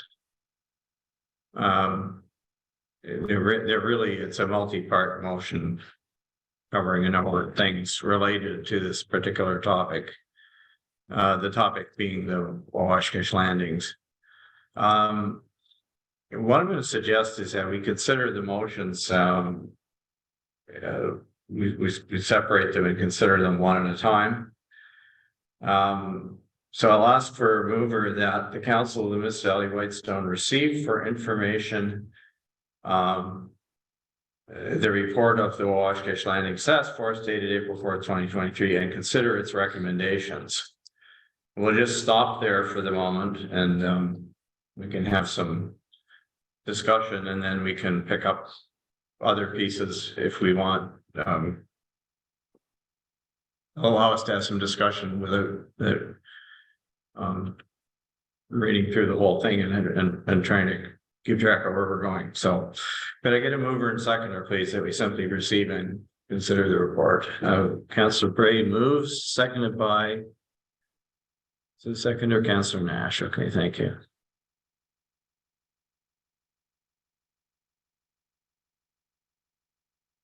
So I'm just going to make a very quick comment. It's going to be because I'm the author of the report, as you can see. The since there, first of all, I guess the question that you might ask was, why are we considering this right at this particular moment? And the reason is very simple. There are some budget implications, and regardless of what things we decide to do tonight or or whenever we decide to do them, unless we decide to do absolutely nothing, which I'm not recommending, of course. Then there will be some budget implications for 2023. And as you know, our next budget meeting is on the 11th. So I was in fact encouraged to bring this tonight and not wait until we'd had a chance to have some more discussion within the task force about various things. At the last meeting that the task force had, it became apparent that there was a body of opinion on the part of some people that parking at landings, I'm sorry. There's no parking at landfill sites, I don't think, but anyway, parking at the landings on Washcash and maybe everywhere else in the municipality should be free. That seems to be the opinion of certainly of some members of the task force, and I acknowledge that seems to be their opinion. Really, the kind of discussion that I think we need to have is can we afford to do all the things that are necessary at these particular landings without any in essence without any additional revenue source.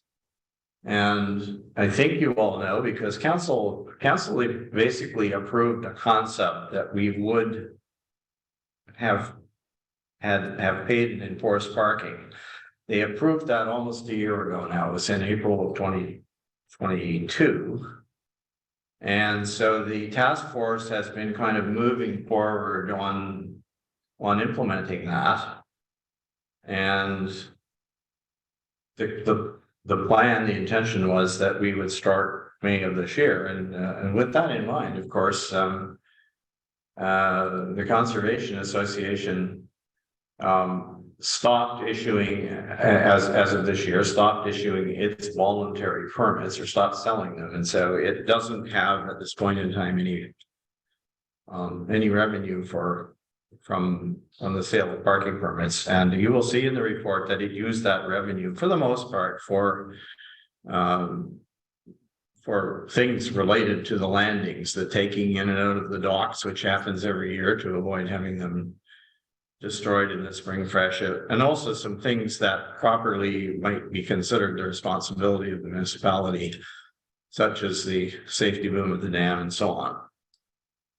So, there was, but they were using money that they got from users of those landings and from other membership dues, I suppose, to fund those things and pay for them, those activities.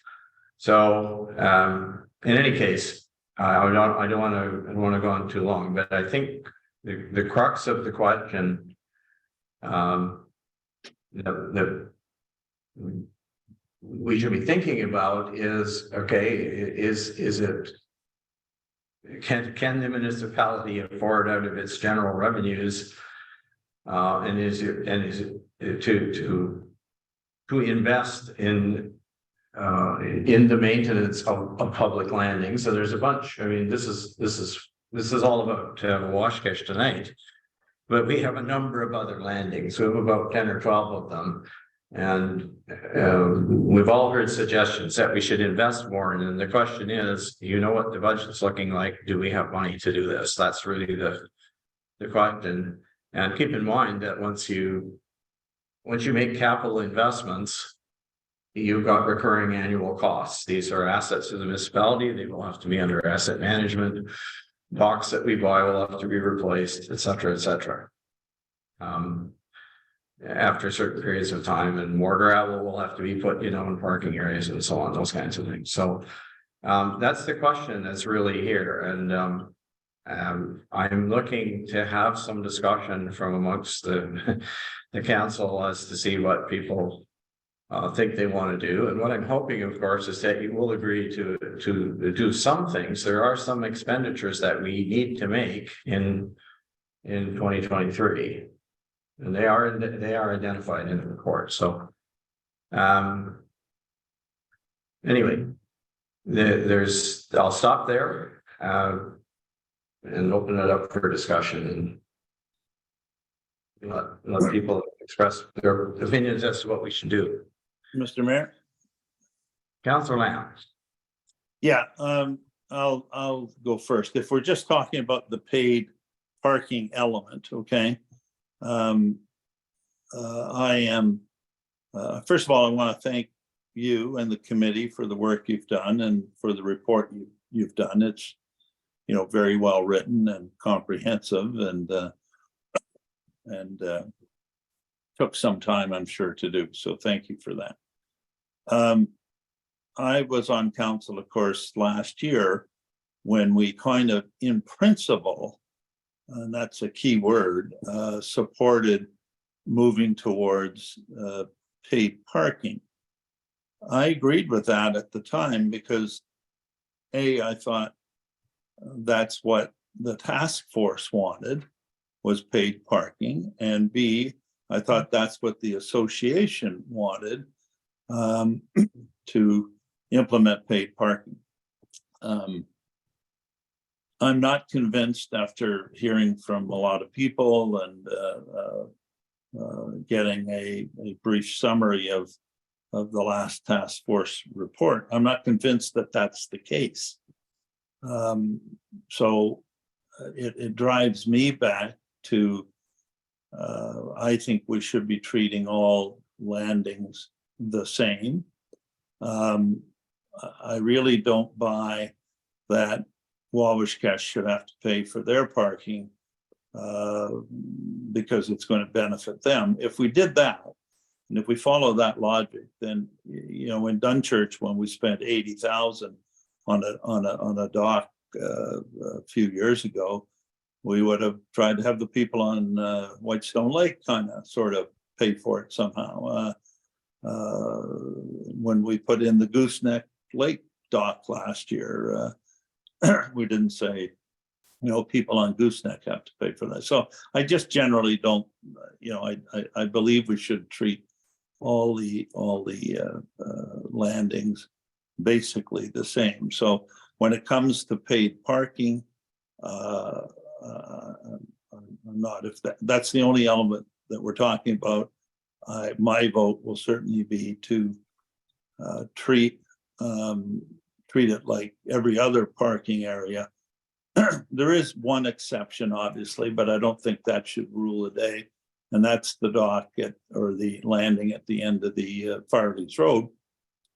But there's 10 or 12 people on that property that we inherited that have deeded access to that property. So that's a different set of circumstances altogether, and we'll deal with that. But I basically think if you park anywhere on any of our lakes that have municipally owned lots, I'll call them, I don't think we should have paid parking. So that's my position on it. So, thank you.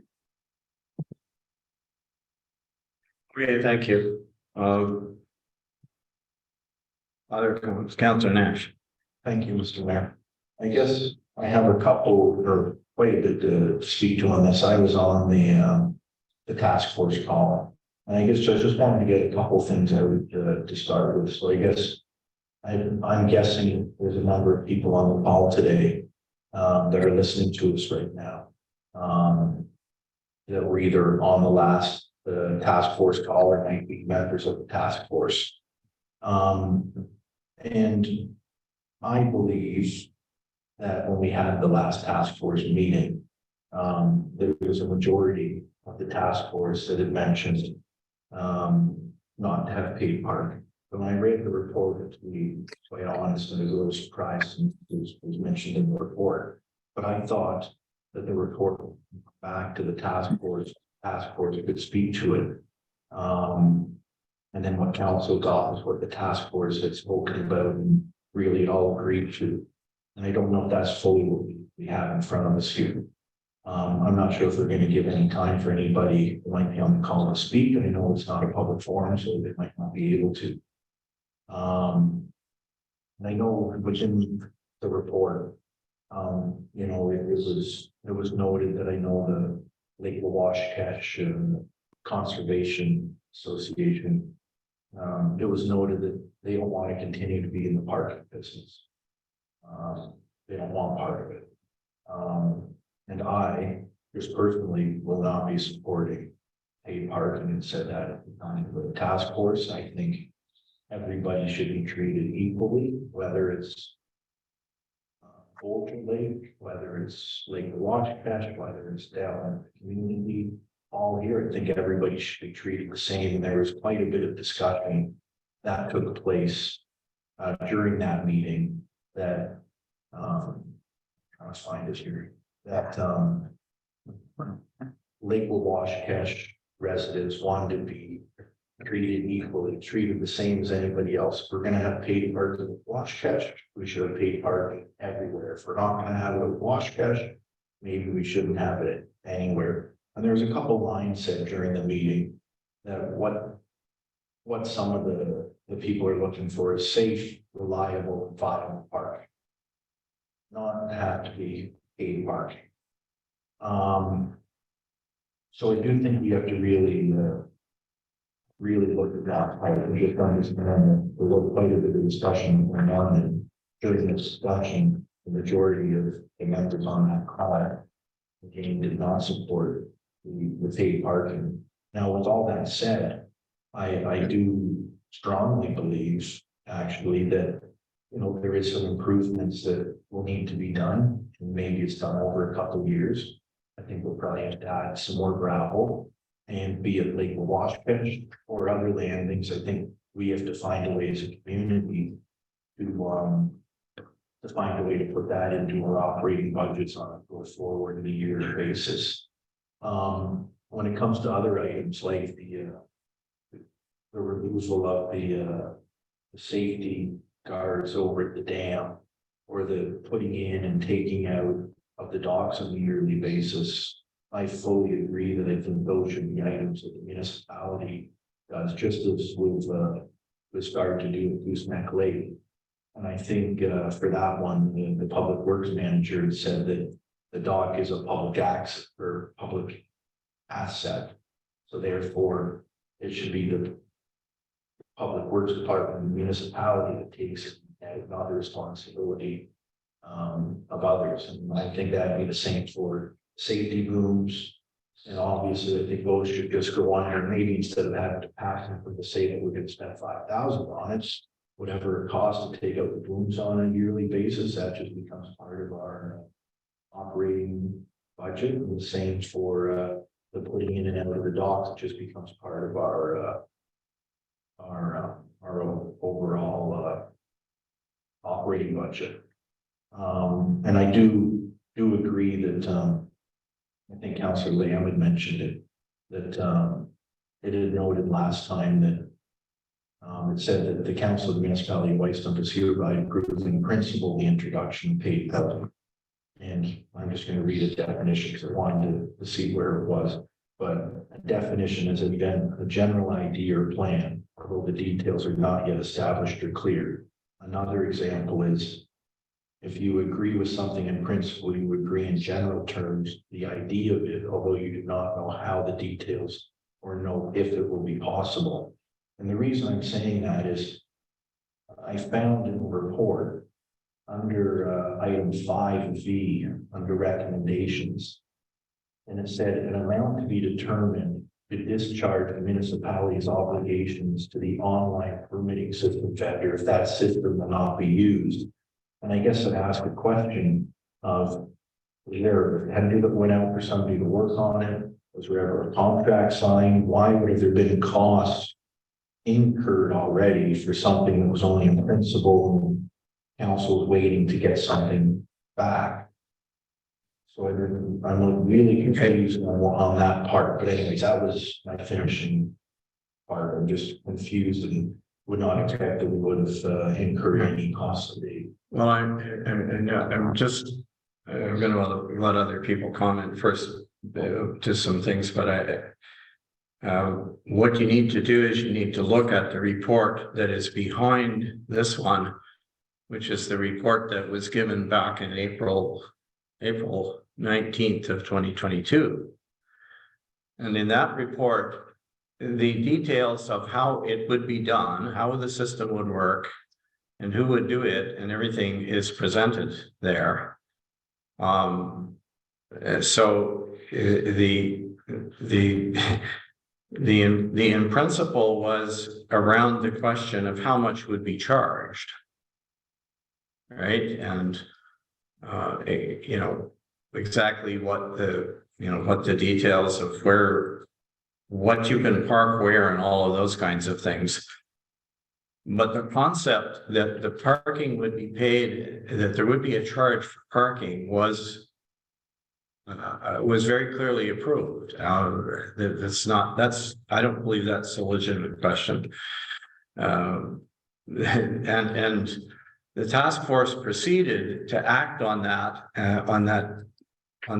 basis, as we believed we had the authority to do. And I will point out that the whole question of having it free did not come up until that last meeting that you attended, Councillor Nash. Up until that time, nobody had suggested to me that there was a problem with the concept of paying, but anyway, I don't want to.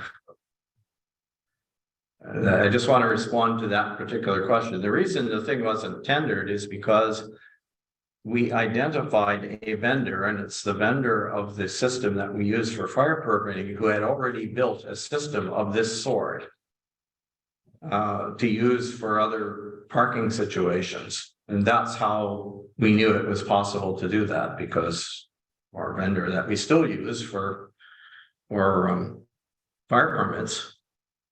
And we don't charge for the fire permits, and we don't charge anybody for fire permits, at least not for the ones that you get online. We don't. But we do pay the company, and it's a very modest amount of money. We pay it out of our operating budget a year in order to use their system. And in this particular case, just to make things more complicated, they came to us and said, you know what, we'll do this for free if you allow us to take 10% of the parking charges. And I guess we thought, well, that's easy. That means we're not making an annual investment at all. But anyway, look, I don't want to get into the weeds yet. I think I'd like to hear if there are others who have comments on the question of whether or not we should be charging for parking in general. And I mean, I make no bones about this. I saw this as a useful model to have a user pay, some user fee contribution to a cost that's based on who uses the facility. And the idea was to not burden the whole tax base with the cost of landing. So that's where the concept came from. And I didn't hear until this last meeting, people starting to say, oh, well, it should be just free. Mr. Mayor, if I might just for a minute, I know you want to hear from other councilors, so I'll be very brief. My understanding of this whole thing, and correct me if I'm wrong, was that the committee was told, I think by you, but again, I'm just looking for clarification, that you couldn't enforce parking if you didn't have paid parking. And that's why they said, okay, if that's the case, then we'll go along with it. And then they found out that that wasn't correct, that you could still enforce it, without having paid parking. So I think that's what went on in the committee, is what I've been told. But is that untrue? I mean, again, I'm not part of the Well, committee, but is that untrue? It is in a way, because the question is, what are you enforcing? Okay? And you have to think about the models that you're familiar with and that exist all over in other jurisdictions, not so much right around West Perry Sound, I agree with you, but you know, in the big city, of course, enforcement is against people who park without paying, right? But if you're not paying, and by the way, we have a letter, it's included as an appendix to the last year's report from the Wawash Conservation Association saying, we want you to enforce parking. We want it out of the parking business. We want the municipality to take over these responsibilities and want them to enforce parking. The question is, what does enforcement parking mean? And when I asked that question to the committee at the last meeting, the answer I got was, well, it means not allowing people to park in handicap parking spaces that don't have parking stickers, that don't have handicap stickers. Okay, well, that's a provincial offense matter. That's well established. We can enforce that. Other than the fact that we have to get the OPP to do it, because at the moment we don't have a way of telling who it is that's parked there from their license plate number. And one of these days we will, but we don't right now. That's it. You have to have a contract with the MTO for that. So I said, well, is that all you're concerned about? Well, it isn't really all they're concerned about, because there are a bunch of when the last major expansion of the parking area was done, and the work that was done, that sort of $45,000 of work that the municipality did to fix up the main parking area at the top and the one at the bottom of Indian Narrows Road. There was signage put up that said this area is for parking this particular type of vehicle, this is for a vehicle with no trailer. And this is a place where you could park vehicles with trailers, and otherwise the trailers have to go up to where the old Bennett's Bay landfill site was. And there has been some compliance with that signage, even though it's strictly voluntary. We could enforce it. What we would have to do, of course, is we would have to amend the parking bylaw, which a revised parking bylaw is in the works and will come to you hopefully not too long. But in the parking bylaw, of course, you have to designate the areas that you want to control parking, and you have to designate the different kinds of the fact that it's possible to have an offense, which is parking a vehicle with a trailer in an area where only a vehicle is, or leaving a trailer in a parking spot that's reserved for a car, let's say. So you have to define those things in order to be able to enforce them. We could enforce them. The municipality, of course, has to have enforcement resources to enforce. Right now, we don't have the resources to do this in the peak season. So, but that's I'm sorry, it's such a long answer, but that's the answer to your question. I mean, it is possible to enforce without those things that I just mentioned, without charging a fee.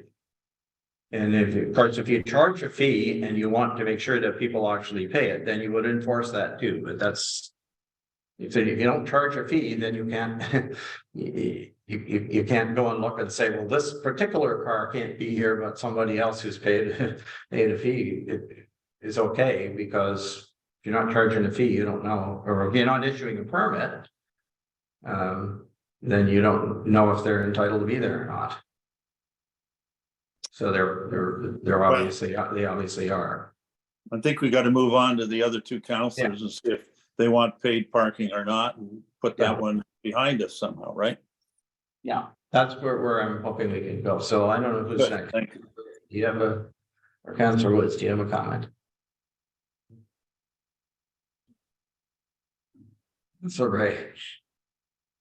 Well, I am still not sure of what I think of this. I do think I do agree that we should treat, landings somewhat similar. I mean, they're not all the same. They all have different aspects to them, which might mean that there'll be things that are different.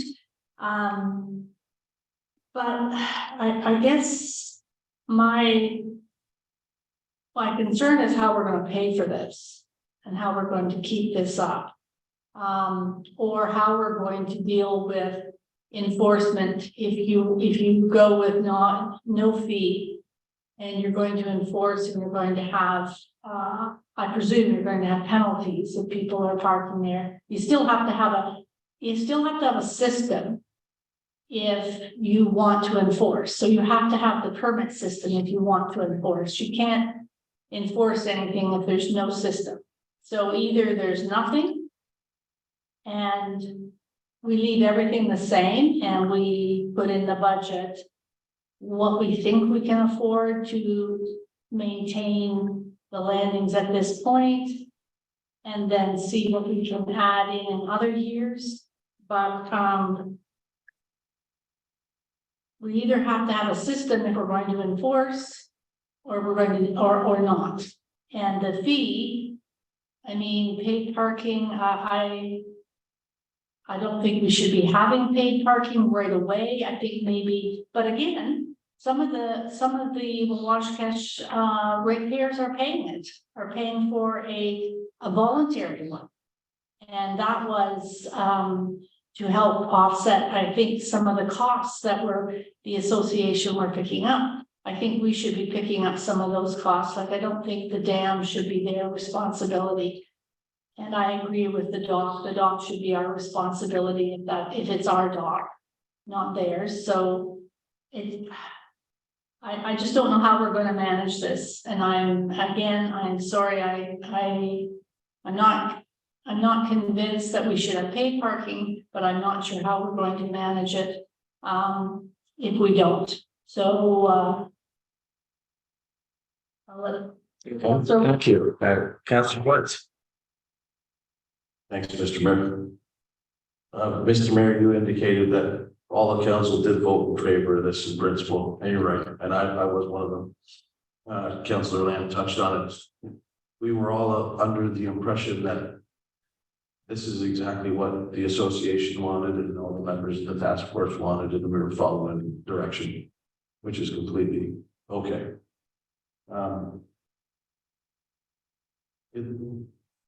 My problem with the paid parking is that we could have, or we do already have, a problem in my eyes with what happens with the parking up Global Washington. I heard you, Mr. Mayor, at one point talk about a trailer that is left there for months on end and not moved. In my opinion, I might not be famous for saying this, but I'm going to say it anyways. There should be no long-term storage of any trailers whatsoever at that landing or any of our landing properties. You want to leave your trailer up here? Find somewhere to park it. There should not be on municipal property. We should not provide that to anybody. Parking for your vehicle, or you're coming up to drop your boat off, beginning of the season, end of the season, absolutely, I can completely agree with that. Trailers attached to the short term only. A lot of the problems that I've been told about Wabash is the long weekends. And only on the long weekends, the parking is a serious problem. People not parking where they're supposed to park. The wheelchair accessible parking, I most definitely think that we have to have a system to be able to write tickets. We shouldn't have to call them. We have a bylaw officer. Somebody calls, there's an infraction, send them out. Write the ticket, put it on the dashboard. 100%, just like anywhere else that I've ever lived, or most of us have ever lived. That's common practice. Everybody here should be used to that. I do agree that we have to maintain our landings. I mean, I've said that from day one for a long time. Maintain them and upgrade them, and that money should be coming from the parkland dedication fees that we collect. That's what that money's for. It's for the parklands, whether it's a parking area at one of our lakes. That's where the money should be spent, or down here for swings or slides or anything for the kids. That's where we should be spending that money, and we should invest in that. But enforcement, most definitely, the wheelchair accessible parking spaces that I've seen up at Washcash and people park there without permits, that's a problem. Anyway. And I do believe, and I think it was you, Mr. Mayor, that said down the one side of the Indian Narrows Road, if we eliminated parking down one side, so I think we just need to put some signs, lay some direction and have our brother officer go over, write tickets to people. We tell you not to park there, don't park there, you're getting fined. Rest assured, you will be fined repeatedly if you don't move the vehicle. Same way you would in any other major city anywhere in this country. Spending money up there? Yeah. In all honesty, I don't know where we're gonna get the money from this year. I think we are all completely aware of that. But unless we're gonna go through, and if we did go through with paid parking, and we do it everywhere in the municipality, and we wash our hands of it and turn it into a parking. And then everybody will pay, but I can assure you, none of us will like that. Fees that we'll pay. Because it'll be turned over to a business that's there to make profit, we'll collect some revenue off, but nobody will. So. Me, I would say no to paid parking.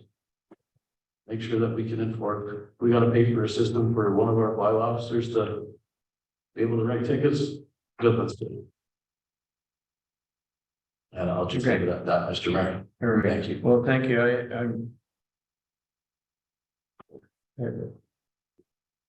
Do you have something that you haven't said already, Councillor Nash? Yes, I would. Okay.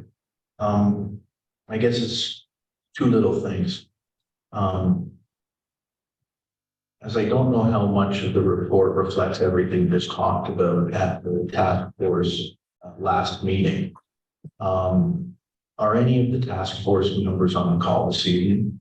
Like is Ed or Steve or Paul or anybody else who's listening to the meeting that night on the call? Steve Raw is on the call. I can see him. I don't think anyone else from, I didn't know if we might give them any opportunity to speak, but just in closing, I just wanted to point out one thing about this paid parking. I know there seems to be this divide, paid parking, not paid parking.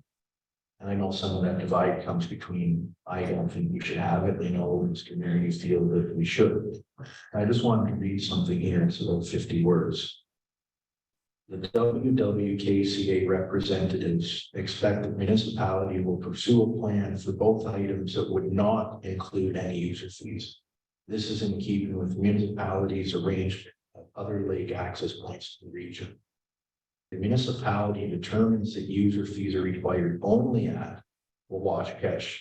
We share an expectation to have the rationale for the decision as well as fee breakdown determination shared transparently. That's from Lake Washcash Conservation. so where did you read this? An email that went out to people. So I think Target, yeah, okay. it's quite evident that not everybody on. Well, I think it's evident that the Conservation Association might not be as supportive of paid parking as might be led to believe, and I think that was evident in what was said at the task force meeting, that they want to be treated equally everywhere. If we do it one spot, we should do it everywhere. I think that's a really strong point, and I think that's something that we as council are trying to grapple with.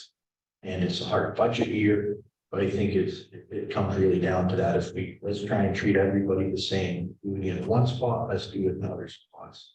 I think that's really what we have to decide.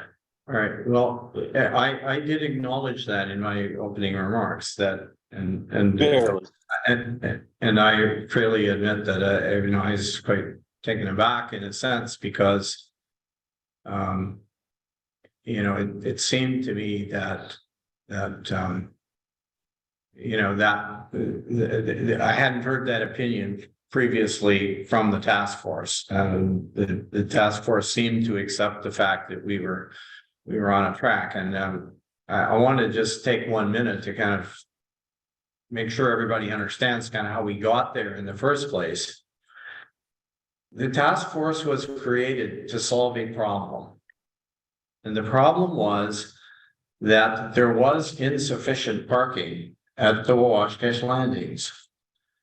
And I hasten to point out to you that that's not because there were a whole bunch of new development taking place on Wabash that was using the landings. It's just the area, I think, is becoming more, two things. Well, the area is becoming more appealing as a tourist destination. A lot of people come to fish. A lot of people come to get out on a nice big lake for a day.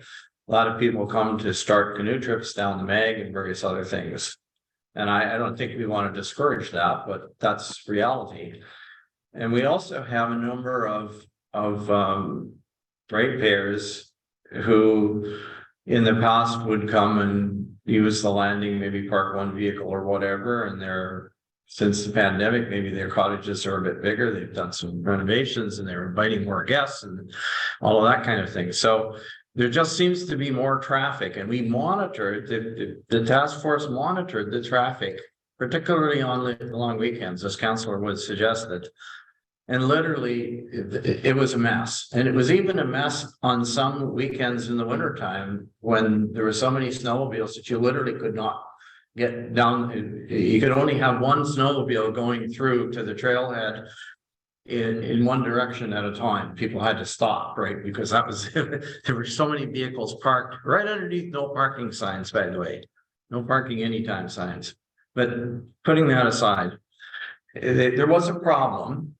And the problem has existed since the municipality has existed, maybe before. If you go back 20 years, the Cottagers Association took it on their own initiative. By the way, as they took on their own initiative to get the dam rebuilt, that was not something the municipality did. That was something that Cottagers Association did. And they took that initiative to get a Crown land use permit for an area that is the original part at the top of Indian Narrows Road, where Indian Narrows Road and Wabash Road come together. And they took up a collection, which led to this selling of permits thing. That's how it was funded. And they raised about $25,000, and they cleared the area, got the area cleared, and got some gravel put down and created a parking area. So they had attempted to solve their own problem first. And they also had an agreement with the municipality to maintain the docks that were there. And they paid for those docks in the first instance, right? So this is, we've got this kind of evolution. And when the task force was first formed, people said, no, they didn't want to enforce and they didn't want to charge anybody. There was no thought of that. They just said, let's see if we can figure out how to get enough parking.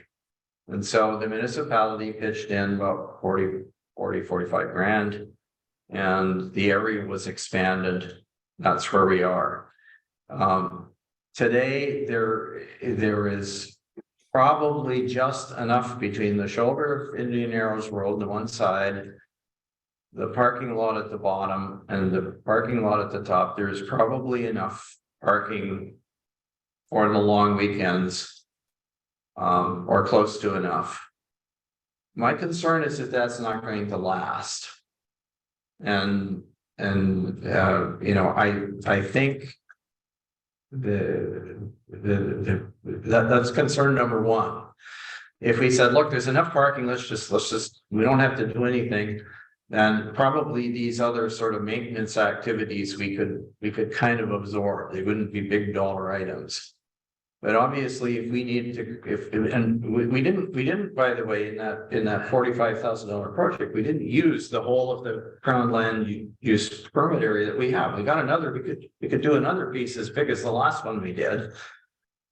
But that would cost another 40 grand. I think that's not something our staff do in their spare time, right? We have to get a contract. We had to get a contractor to come in. The municipality did it. We brought a contractor in, and they cut down the trees and grubbed it and graded gravel. Mr. Mayor, So Mr. Mayor. these are all things that, and I guess I have this, nervousness, and that's all it is. It's the question of how do we pay?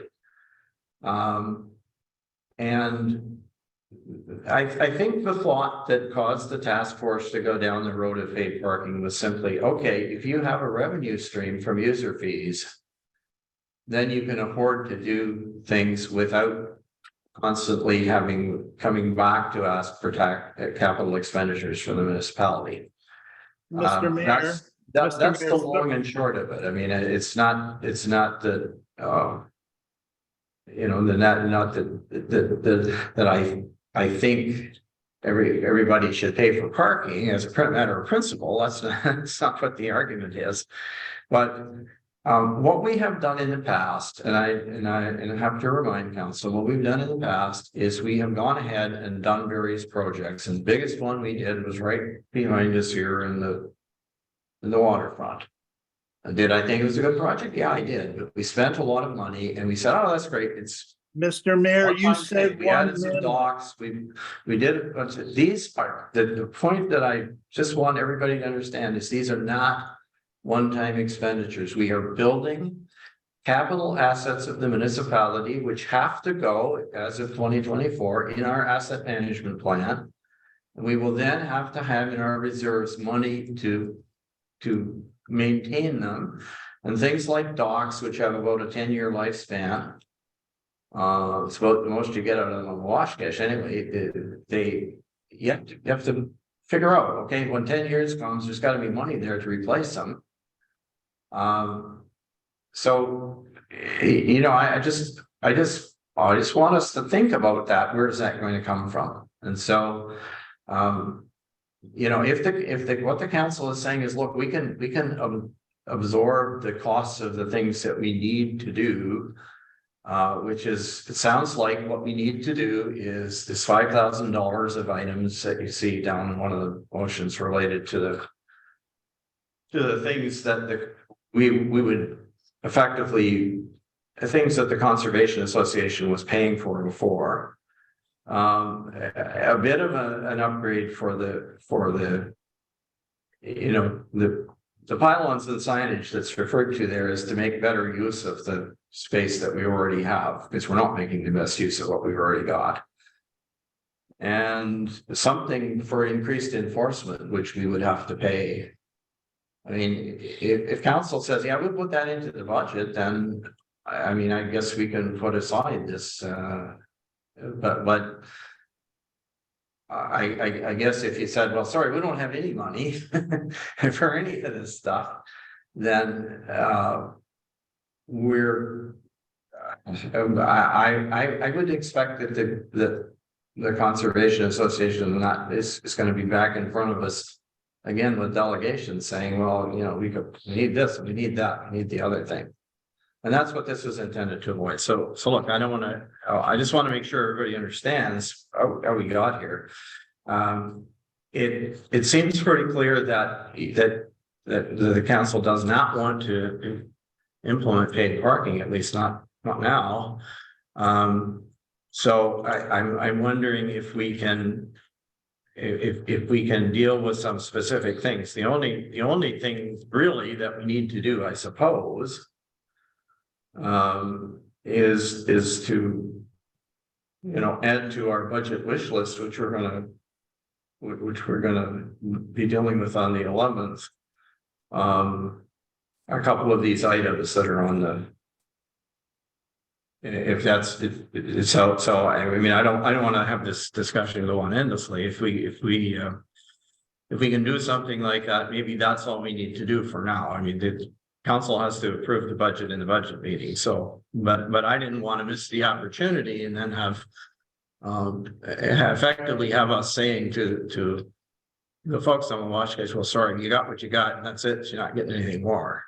2023. So Mr. so that's Mayor, why can I say we're talking about something? this now instead of having, as Councillor Nash and others have suggested, well, we could have another meeting By the way, I think we know what the outcome of the meeting would be. They said, well, we don't want to pay, we don't want paid parking. So we've already, I think, established that's what they don't want, but they still want it's very clear they still want enforcement, and they still want us to take over these items. So if we can focus on that stuff, and we can wrap this up. If I might, Mr. Mr. Mayor, Vote on that motion and see what happens. We want to Sunday. Well, sorry, the motion was so far, you see, there's the only thing that we presented was the first which is that we consider the recommendations. We've done that. We agreed to do that, right? Yeah, no, I thought we were all talking about paid parking, so I assumed you were gonna read that motion so we can vote. Oh, all right, yeah, I'll, if you want, I will go down the rest of the motions, and we'll deal with those. We're gonna need, well, you know what, I'll just make some notes on this paper, and we'll create some more, we'll create the papers afterwards. So we did the first thing, which was we received the information, considered the recommendations. Is there a mover and seconder that we implement, that council approve implementation of the system of enforced permit parking at the Wawash landings effective May 1st, as detailed in the report? George, Yeah. just take a quick vote on that. We had a mover and a seconder. Oh, we didn't take a, oh, I'm sorry. I thought we did take a vote. All right, so a vote, can we do a vote on? See, we've done all this talking and we didn't pass the motion. All right, can we take a vote to agree to what we just did, we agreed to do? All in favor, please.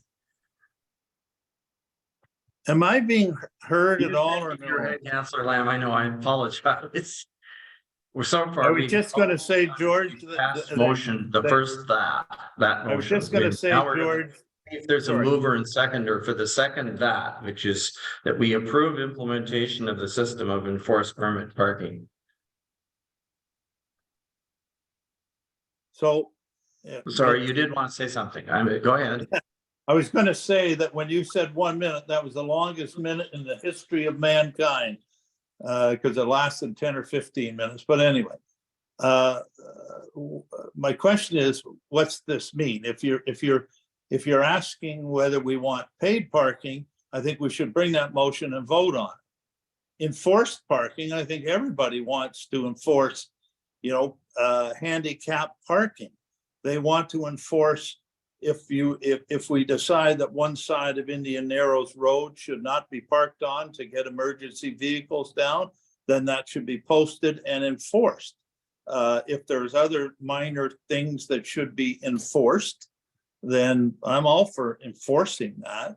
But I'm not for paid parking, and I don't want the motion to get, permits as paid to me, right? So just ask a motion on paid parking. Thank you for asking for clarification. This says enforced permit parking. Permitting means that we're going to sell permits, or we're going to, I guess we could give them away if that's what you think is okay, but Listen, as far as I'm concerned, There's Mr. no Mayor, through you, do you want people to buy it? Do you want people to still have to get free permits like they do for as fire? far as I'm concerned, Mr. Mayor, if they want to go through the system that we have set up, like fire permits on a voluntary basis, then God bless them. If they want to give us money on a voluntary basis, let them do it. I guess they're doing it now. I doubt very much there's going to be very many use that system to give us money, but I don't care. You can do it on a voluntary basis, but I personally, as a counselor, do not want paid parking at Wawashka. And I think we should have a vote straight up on that. Anyway, and then have a vote on the dock, have a vote on the other All right, capital okay. things and whatever. Well, I mean, I'll separate it into pieces for you, but this particular one implied that See, what, enforced permit parking means that if you don't have a permit, Okay, call the vote. then. you are guilty of an offense. If your car is found there and there's no permit in the system, you're guilty of an offense. And I'm getting the impression that that is not what council wants. Am I missing something? Well, it's not what I want, but anyway, I don't. Motion, move on. I think we're just saying the same thing over and over and over. Well, I did read the motion and I was asking for a mover and seconder, and so far I haven't heard one. I want to just reread it so everybody. All right, that council approve implementation of the system of enforced permit parking at the Wawash Landings effective May 1st, 2023, as detailed in the above referenced report. And that is moved by Councillor Nash. Is there a seconder for that? Councillor Woods is seconding it. Okay, so, do you now want me to call, like, since we've talked about it a fair bit, do you want me to call the question? Yeah, and just to make it easy, can we just do a recorded vote on it? Okay, I will get the, let me just find the. Well, yeah, never, let me find a blank piece of paper. If you, Here's a blank one. It's okay, it's all right. So this is 11.1B. All right, so that. Councilor Ray. No. No, Councillor Lamb, This is no to pay to permitted parking, no. Councillor Nash, No. Councillor Woods, No. Mayor Comrie, well, I'm gonna say yes, just because but I acknowledge the fact that there's no support for it, so, the motion is defeated. all right. All right, so that's 11B, which is the paid. Plus enforced. Permitting and all that whole thing, all right, so. Now. That means that there is no point in us bothering with the next one because it says, that one says the schedule of parking fees be incorporated in the municipality's fees and charges bylaw. Well, if you're not gonna charge for parking, you don't put anything in this. So I won't even bother asking for that one. Mhm. The next one, that the revised traffic control parking bylaw be brought forward to for council approval upon completion of its legal review. I suggest respectfully that you still want to do that because there's things that need to be, it needs to be updated anyway, so. Would somebody like to move that, please? I'll move it. Thank you, Councillor Land. Let me see if there's another. I've got blocking, Mr. Mayor. Oh, do you have? All right. Okay, so this is, I'm gonna call it. Sorry, I'm just marking up my sheet here for the benefit of. So not, this one C was not put. This is item D, if you like. So Councillor, you said Councillor Lamb moved. And is there a seconder? Oh. Councillor Gray. Any discussion on this one? So would this include like defining the areas other than handicap parking in Wawashkesh, defining the areas where it's illegal to park and then having our bylaw officer being able to enforce it? Is that what this is? That was the original intention and I'll say yes, yeah, I think it would. Good. Well, that's what I think we should do is define it. And then once we define it, put it in a bylaw and enforce it. Yeah. Whatever the conclusions are, but certainly handicap parking is. Yeah, You it's know, already, I park it in is a already in handicap. the bylaw, the handicap parking, but there's no mention of the fact that there are spaces there, right? And theoretically, you're supposed to identify where the signage is so that if somehow or other the sign gets knocked over, somebody pulls it out, So they can park there and say, there's no sign, right? Then they can say, so, oh no, the bylaw says. Right, Yeah, So- well, that's what we should do. okay, so any other discussion, Councillor Nash? Just add a couple quick comments and points to it. I think that, yes, we do need to move forward and something like that, but just right now, and I think you know more than we do. But if I understand correct, be it somebody parking outside the community center in the accessible parking spot or parked, I'm gonna say legally on a road. Right now, the system that we have to do is if somebody phones or complains, the bylaw officer has to come out. Unfortunately, our bylaw officer can't ticket if I'm correct right now. We have to phone the OPP to come out and give a ticket. So I'm sure getting them out is a little tricky, but we might give something like give a warning or something. The bylaw officer might do something like that. So as part of this revised traffic control, I believe we're working towards it. But are we working towards having our bylaw officer be able to provide tickets him or herself instead of having to phone the OPP? And I think when I see this, you know, if somebody's parked illegally, instead of saying we should be able to go out and ticket and defining where they are, I think we should be able to actually give the ticket, whereas we can't right now. So would that be part of this, or is that a different motion that's already being worked on? No, he already has the power under the existing bylaw to do that. The problem is he sees your car parked there where it isn't supposed to be. He doesn't know who you are. So what name does he put on the ticket, right? So that's what. He has to, that's what the OPP does. The OPP have to tell him who the, you know, in order for him to, but if he can find that out, then he can write the ticket himself. He can do it now. Through you, but we're working on the system that we'll have that information Yes, available. and that's a separate thing. That has Yeah, nothing to that do has with this nothing other to do with system. it. That's an agreement between the clerk is working on. It's an agreement between MTO and the municipality that allows our bylaw enforcement officers to get the information they need to write those Not to do tickets. with this motion. No, it's nothing, no. Oh, but okay, perfect. Okay, so anything else about this? Can we, all right. Do you want another recorded vote? Sure. Madam CAO, please, Madam Clerk. Councillor Ray, Yes, Councillor Land, Yes, Councillor Nash, Yes, Councillor Woods, yes. Mayor Comrie, Yes.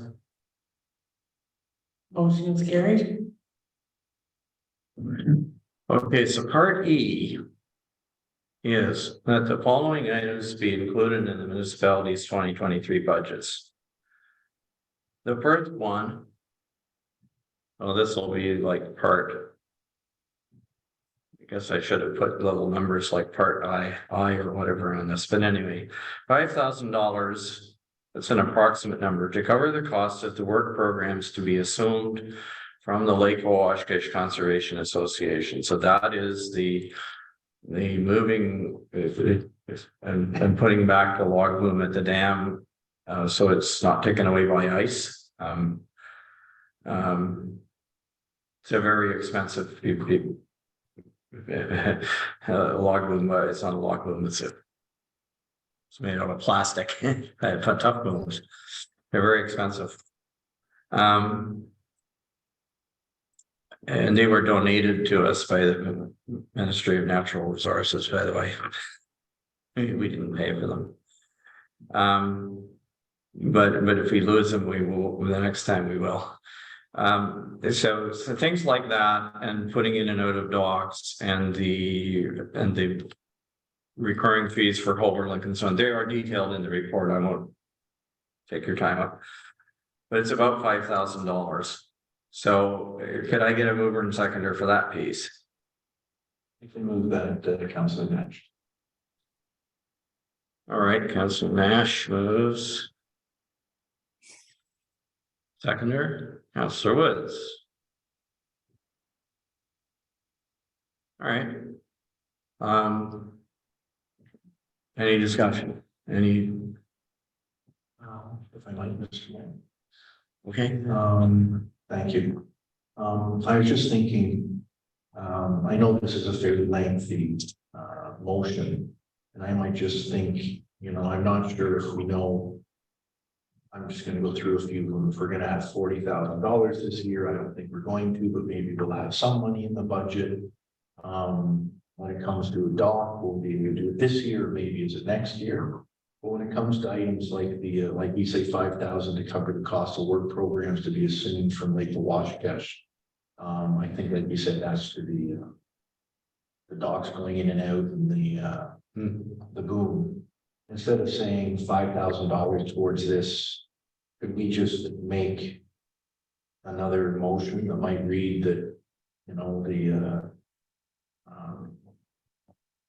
the staff be directed to add into the operating budget where we will undertake these items, right? Like just that, instead of saying a dollar value, if we don't know what that, you know, the municipality will, something like, and that council, the municipality of Whitestone is hereby request staff to arrange on a go-forward basis for the maintenance of the public dock, the Washcash landings, and that the council of the municipality of Whitestone does hereby request staff arrange on a go-forward basis the maintenance and seasonal installation and removal of the safety boom with the Andy Burma Memorial Washcash Dam, just something that says going forward, we'll do it.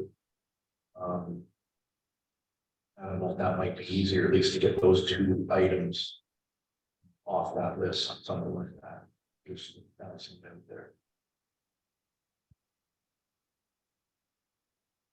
well. Okay, I'm not sure that if you're just saying, if you don't want to put a dollar amount, but you're willing to leave it the way it is, the items in the report those are the items that effectively need to be included, I think, and I mean, look, we can. I guess we're still gonna have a budget discussion on the 11th. I mean, maybe we can. The purpose of this list was to try to make everybody aware of things that are required. Do I think we're gonna be able to do them all? I don't know. I mean, that's, we'll find that out we'll find that out soon. I mean, if you want, you could replace the whole entire motion that the following items be included in, you know, for consideration in the municipality's 2023 budget or something, and leave it at that if you want, but I don't. Yeah, to save time, I'm just concerned that we're, you know, like if we go through each one of these and talk about them at great length. The issue is, however, we need there will need to be some, if in effect we don't do, you know, we don't implement any system or anything, we just do the bare minimum of things that we need, there's gonna be some costs. And we probably don't even know exactly what they are. I mean, maybe we should, maybe staff, you're right, maybe staff should go away and come up with a number. You, Mr. Mayor, I know in the report it spoke about the dock removals or installations and the booms, and I think it was about $1,000. That's what I'm saying. I think from what I've heard from all counselors and all of council, was that I think everybody would support having the municipality take over the maintenance of the docks, and would also like to see the municipality take over the maintenance of the safety loops. That's why I'm saying, maybe we can just pass something to get those two things and say, no problem, going forward, we're gonna do it. And that way the association will know that they won't need to do it, know that we're gonna take care of it, even though we might not exact cost of it. But in the report, it's spoken to them, and I don't think it was too big of a cost. I'm trying to find a page that it was in. I think it was there. I think it's about $1,075. So.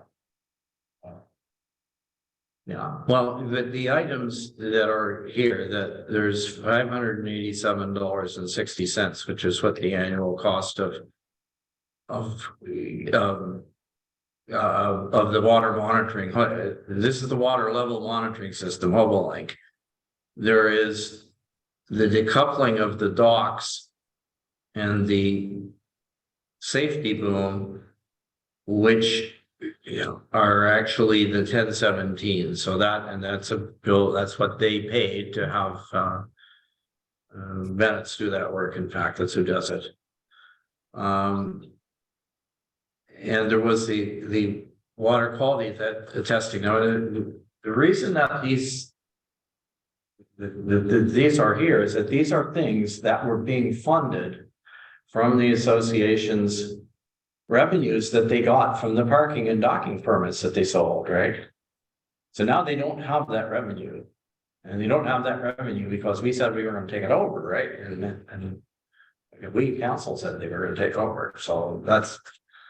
I mean, the 5,000 is a round number, but you know, who knows what, there might be some slight difference in the cost next year, right? It's. No wonder we It's were to be done in 2023, it's just an approximate number, but if you wanna refer to all of those costs that are there. I could just take out the $5,000 and say.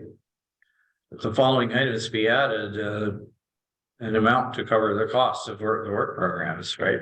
And, you know, but I don't know why you want to split it out into pieces, that still leaves some in the hand, some of these items, not exposed, not taken care of. Well, through Mr. Mayor, I tried to bring a motion, but the reason I haven't said about the annual water testing is I don't think we, as a municipality, should be paying for the association's water testing. I think we're trying to put in our capital budget a lake planning number that will allow us to do water testing, which might take a bit of time to implement, but throughout the municipality, not just Lake Washkett. So I would have taken that number out. And that's why I've read something about, again, I think everybody would have no problem with just saying we're gonna take over the safety boom at the dam, we're gonna take over the maintenance of docks, and just leave it so simple, no numbers whatsoever, just we're gonna take over going forward the maintenance of the dock, we're gonna take over the maintenance of the safety boom going forward, which includes taking them in and out every year. It's that simple. We vote on it, we'll forward. So Okay, I well, don't know if I can. that's not the motion that we have on the floor, and I would like to test the motion as it's written, frankly, because I think it's. We can't go down and decompose all of this stuff. We're gonna run out of time, number one. And number two, it's not fair, I don't think, to a great deal of. This is not something that the task force is in disagreement about. There's no disagreement on, there's never been any disagreement on that. So The mover of the motion, can I ask for an amendment to it so we can move on? I just want to get through it as well, but. well, I think you're substantially altering the motion. I think we should vote on the motion, pass it or defeat it. And then if you want, you can introduce something else, I guess, as a replacement. Just so I understand, this motion would include the annual water testing. Yeah, this is a program that has been going on for umpty years on the lake, and all of a sudden you don't do it for a year, and then you don't have any data, right? Now you have no continuity of data. I understand where you're coming from. You want to do it lots of other places, but you don't want to interrupt the testing that's already going on. But I thought the collection of parking fees was for the parking lot, not for water testing. I'm a little confused. These other things have the dam and the docks have nothing to do with parking either. They're just, this is. Mr. Mayor, Sorry, look, that's my ruling. Let's call Mayor. the question, please. Mr. Mayor, please, can I say something? This is so frustrating. No wonder we have 4-hour meetings. You know what? Councillor Nash has a point about the water testing. There is an amount that has been suggested in the budget for us to do water testing on lakes. So I don't think water testing should be part of this. I'm okay with the boom and doing the stuff at the dam. I'm okay with taking over the maintenance of the dock, but I just don't think that we have to preempt that. I think that the water testing will be flipped over to the budget next week. So I hate to see this get defeated because of one element. Can't we have a vote on just the dam and the dock maintenance? And then just defer the water testing till next Monday or Tuesday when we have a budget meeting and we deal with it all over. I mean, that's the way to move on quickly here. Because I'm afraid that you're going to get it defeated when we want 2/3 of it, right? Or I want 2/3 of it, but I think it makes sense about the water testing. We'll decide what lakes we're going to do water testing on.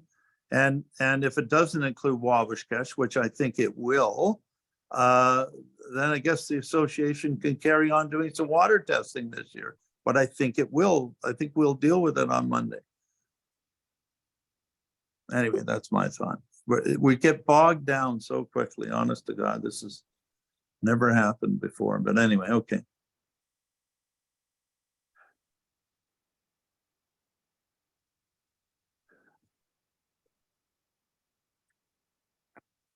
Well, are the mover and seconder withdrawing their motion? I mean, I'm sorry, I don't Who's the mover and seconder? follow a procedure that gets us somewhere and we're not getting there. I mean, it's not said. I won't withdraw my motion, read the entire motion that you have here instead of vote on it. Let's just move forward. Well, sorry, there is already a motion on the floor, so you have to withdraw it before you can introduce another one. Read my motion. You read the original motion. Just reread. You moved, Councillor Nash, you moved the motion that I read to you. But you can reread it so I know which motion we're talking about. So you can. It says $5,000, that this be included in the 2023 budget, $5,000 to cover the costs of the work programs to be assumed from the Lake Wabash Conservation Association, and those are the ones that are listed in the report. So let's call to vote that. That's. What's listed in the report? Go over that. They are listed on page 7. This is page 898 of 159. And there are 1, 2, 3, 4 things. I read them. The first one is maintenance of the Hobo Link water level monitoring system, $587.60. Decoupling of the floating docks from their shore anchors, etc. And that's at the $1,017. This is what was paid. These are the amounts paid in 2022. Decoupling of the safety boom at the dam, and that's included in the $1,017. Was last year. Annual water quality testing on Lake Wabash in accordance with the established protocols was $2,700. So those were the 4 things that were. So that's the motion that was provided that got moved and seconded. The mover and seconder can withdraw the motion and replace it, and we can try and replace it with another one if they wish, or we can vote on it and pass it or defeat it. Can I ask for an amendment to introduce a motion, but procedurally, we have to do one of those 2 things. Can I ask for an amendment to simply take the water testing out? And then reduce it to $3,000 or whatever it is? Yeah, you could ask, that's an amendment, I guess. I'll make that amendment. You And could say again, it's excluding water quality testing. and then the Now, what you wanna do- 5,000 becomes 3,000, right? Mr. Mayor, the mover not going to pass that. Going to ask that we vote on the motions in front of us. We just keep going in circles and circles, circles and circles. Well, I just You asked for an cannot- amendment. Look, every rules of order that I have ever seen does not allow you, when there's a motion on the floor, to just start introducing another one over top of it. I'm agreeing with you, but as a mover, I'm not going to second an amendment. I'm just going to ask that you read the motion that's on the table and we vote on it. But he has the right to make an amendment, and if there's no seconder for it, I guess it dies. But that the second he wanted to say excluding the water quality testing, that's all he wanted to do, is add that to what's on here. First. And I want to, excuse me, I would like to discuss the water testing next Tuesday in the budget when we discuss water testing within the whole municipality. It makes sense to me. I don't know why people wouldn't agree to that. I'm just asking for that amendment. I thought that's what Councillor Nash was kind of asking for. Is there a seconder for Councillor Lamb's amendment? All right, look, I'll second it then. I will second it.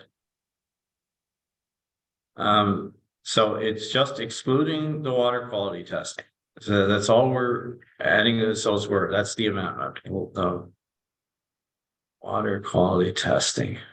And to remove the 5,000 and make it 3,000 if we're taking it out. Well, we'll just say to cover an amount to cover the costs. Let's just do that so we don't get hung up. That's only for people's benefit to get an idea of how much money it would be in total. Okay. So anyway, I'm gonna call the question on the amendment. Those in favor of the amendment, please indicate. Just put your hand up. Can I just have a question here? I'm asking for a ruling something. If there's something that's been first and seconded, doesn't the first and seconder have to agree to the amendment? No, absolutely not. Anybody can amend a motion that's. Is that correct? No. Doesn't show?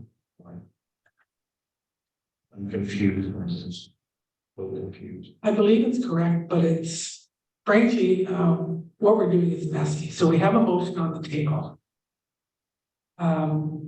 We have a mover and seconder. We haven't voted on it, but we're about to vote on an amendment. So that parks the original motion. It just makes it a difficult thing to manage from a minutes and understanding.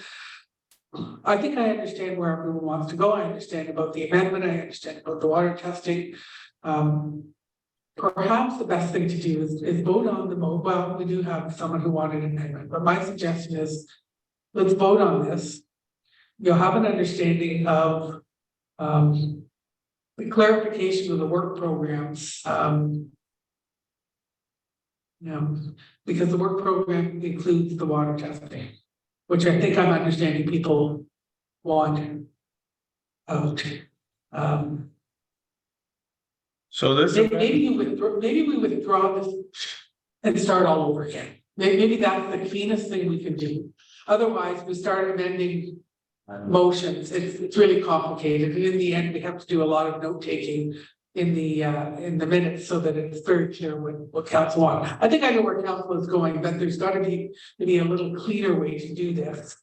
Does that make sense, Mr. Mayor? Can we withdraw that? No, I mean, I gave people the two options that exist, and I didn't hear anybody saying they were gonna withdraw that. If the mover and second want to withdraw their motion, the seconder wants to, okay, the mover wants to, all right, fine, do it that way. That's.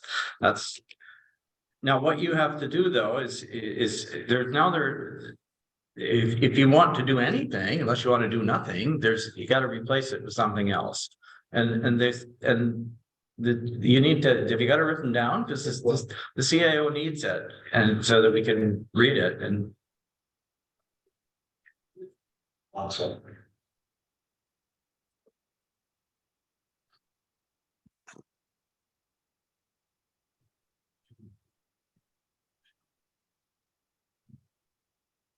You'll have to do the work. You'll have to point out what we're talking about here.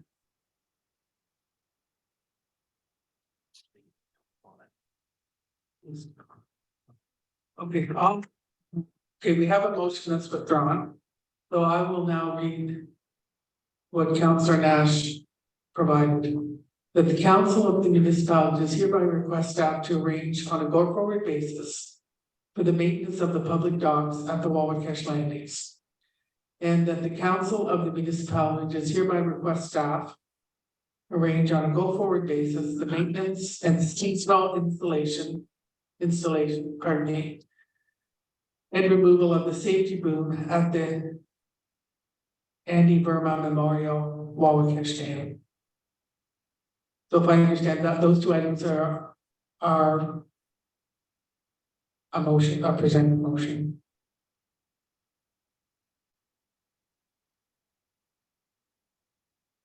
Mr. Mayor. Councillor Woods. Thanks through you, Mr. Mayor. Should we not add in the decoupling of the docks, or is that just gonna come under the first part there? What does it say? Go for the maintenance of the public docks. I think that's covered. I think that would be I don't know. an appropriate understanding unless you want clarification. Yeah, if you don't decouple them, maintenance will consist of replacing them. That's a $15,000 item that you're approving. Okay, so just so you know. Anyway. That's, are you seconding that motion, Councillor Woods? We actually don't have a mover yet. Oh, well, I assumed you were moving it, yeah. Okay.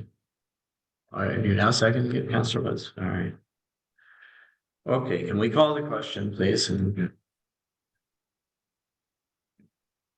is there any other discussion necessary? No?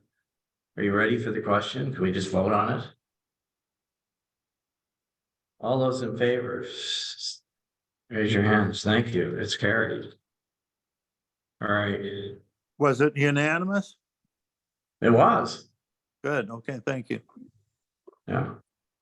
Okay, so now there isn't, the next item had to do with, it was pylons and signage, and that's, again, we can leave the number out. I don't know what it is, but pylons and signage to increase the efficiency of the main upper parking area. And that is a capital expense because you have to buy something which can use it again, and it would have to be put out by our staff at the start of the season and taken back in again. Because what it does is it allows people to park the way they were originally, the thing was originally laid out to park. It creates extra parking, a row of extra parking in the middle of it, which gets a whole bunch more vehicles in there. The problem is you can't put stakes in the ground and put signs up on it, pound them in, because then the snowplows in the winter can't turn around in there. And the grader can't turn around and grade it when it has to, so that's the purpose of that, and again, you could, if someone wants to move and second that would go a long way to alleviating I think what might be a short-term parking shortage in that, using the existing space we have. Can I say one thing just before we have a move for a second or two? I'm not disagreeing with anything that you're saying, Mr. Mayor, but when I look at the 5,000, the 15,000, the 4,000, just not to speed things up, I'm using that word, but not knowing what we have in our budget, I think everybody at this table and Councilor Lamb on the phone would say that we know we have to contribute something to capital works for there and maintenance going forward, but I don't know if we know what that amount can be right now. So for those three items, could we maybe not pass anything tonight and just see what we can do within the budget? And if we have to do with the budget, we might not need to pass anything. And I think everybody here is going to say that we need to put some money aside in the budget to do these things. Does that make any sense?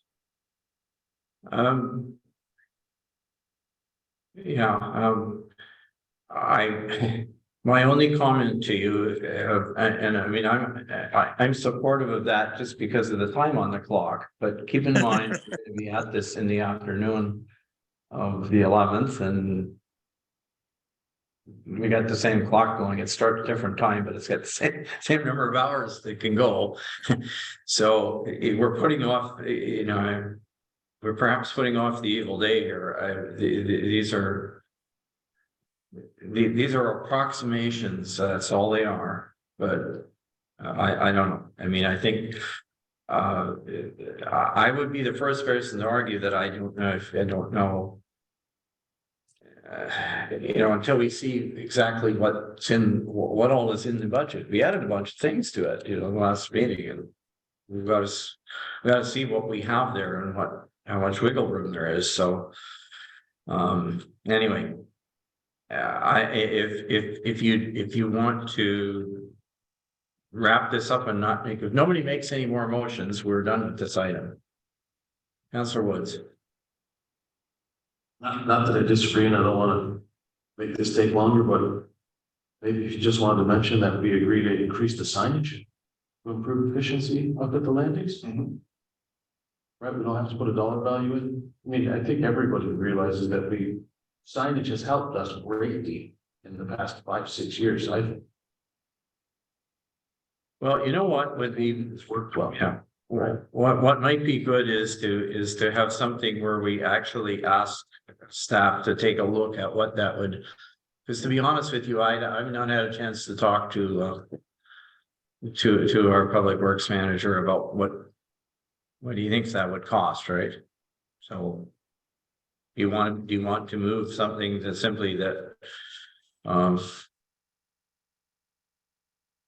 what? We ask staff to, what did the previous motion started off with? It started off with something different. It wasn't talking about the budget, it was just talking about. Very specific that the council of the municipality hereby request staff to arrange on a go-forward basis. Well, how about if the same thing, only to ask staff to investigate the use of pylons and signage to increase efficiency when we do that? Would that help? Okay, so did you catch that, Madam Clerk? I'm sorry to I did, I would. ask staff to, I would suggest that if you're wanting pylons and signage, that $5,000 is your number. Knowing what signs cost, that's. well, that's where, I mean, I ballparked it, but Can I make a suggestion, Mr. Mayor? And this is an effort to move things along a little quicker. Why don't we can pass a motion that the remainder of the item be brought forward to the April 11th council meeting. Under the budget section. And once you have a full idea of what the budget looks like, and there's definitely some challenges, there may be some picking and choosing, as someone suggests, maybe the additional dock is a 2024 project. I don't know. I don't know the condition of the dock. I don't know about the expanding the upper parking area. Maybe it's partially done this year. So I think there has to be a little bit more conversation of that. And I think in light of the pressure that the budget is under right now, might make some decisions. But definitely, if you want signage and pylons, I'm pretty sure 5,000 is your number. The so other items, I don't. what was your suggested motion, though, that the remaining items be deferred? That the remaining items be deferred to, including the permitting online vendor, however, probably should get a number for that, or if there is a financial obligation being discussed, be deferred to April 11th budget meeting. To the April 11th budget meeting. Okay, would somebody like to move that, please? I'll move it. Since that's what I was gonna bring up. Yes, moved by Councillor Lamb, seconded by Councillor Woods. All those in favor, please indicate. All right, thank you. That's carried. Mr. Mayor, if I might bring one more thing up. Both Councillor Woods and I brought up this idea of trailers. And I really am concerned that, if we're saying, all boat launches have to be treated the same, then I guess out in Bolger, we can tell them all they can start bringing their trailers and parking them in the main area because we allow it in Wawaskesh. I do not think that there should be trailers parked on a seasonal basis in the parking lot. We've got parking problems, and one way to alleviate it is to say, if you bring your boat in and your trailer, you can't store it there. You can't leave your snowmobile trailer there all year. Like, I think that's a problem. I think that's an issue, but if no one else shares it, then I guess it's not a mountain to die on, but be careful about other landings because they're going to start doing it. Or if I'm asked, I'm going to say, well, they do it there. I guess you can do it there. Nothing's stopping you, right? I think it's a problem. I think there's only probably 10 or 15 trailers is what I'm told, but those are 10 or 15 parking spots that that we could have. Particularly if you close down one half of Indian Narrows Road, right? So, I mean, it's okay if a trailer is attached to your car, you're there for a weekend or a week or something, but you can't just offload it and then take your boat out in October. Like, where in God's name do you get to do that? Right? Nowhere. Take it somewhere. Take it to Ed Bennett. He'll store it for you for the summer. Anyway, that's my thoughts. So I think Councillor Woods brought this up too.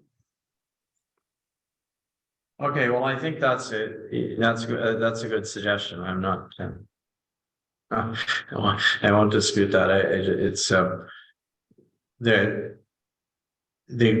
we make a the simple primary motion? focus of the task force on designating areas for trailers was for people who would come for a short period of time. They're only there for a week or something and yeah, they could take their trailer back out and find some person with a farm who's willing to store it behind the barn or something. But if they're only there for a short period of time, there's space that is only suitable to put trailers in, right? The only thing is, if it's not intended that they should be there all year, it's there that they should only be there for a short period of time. Well, why don't we just make a simple motion that there will be no seasonal storage of trailers?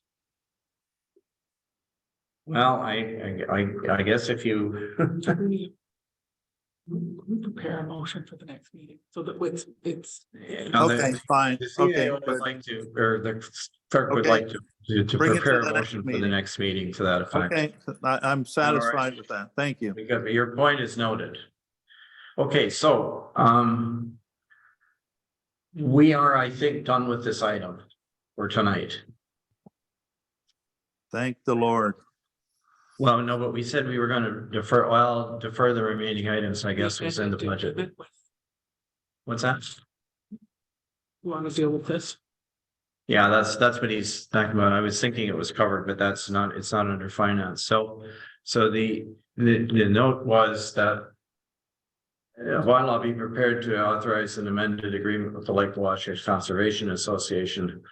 I guess we have to figure out, since we haven't, well, I don't know that we're in a position to do that at this point. Maybe we just park it for now. If nobody moves it or seconds it, we'll just leave it sitting there, right?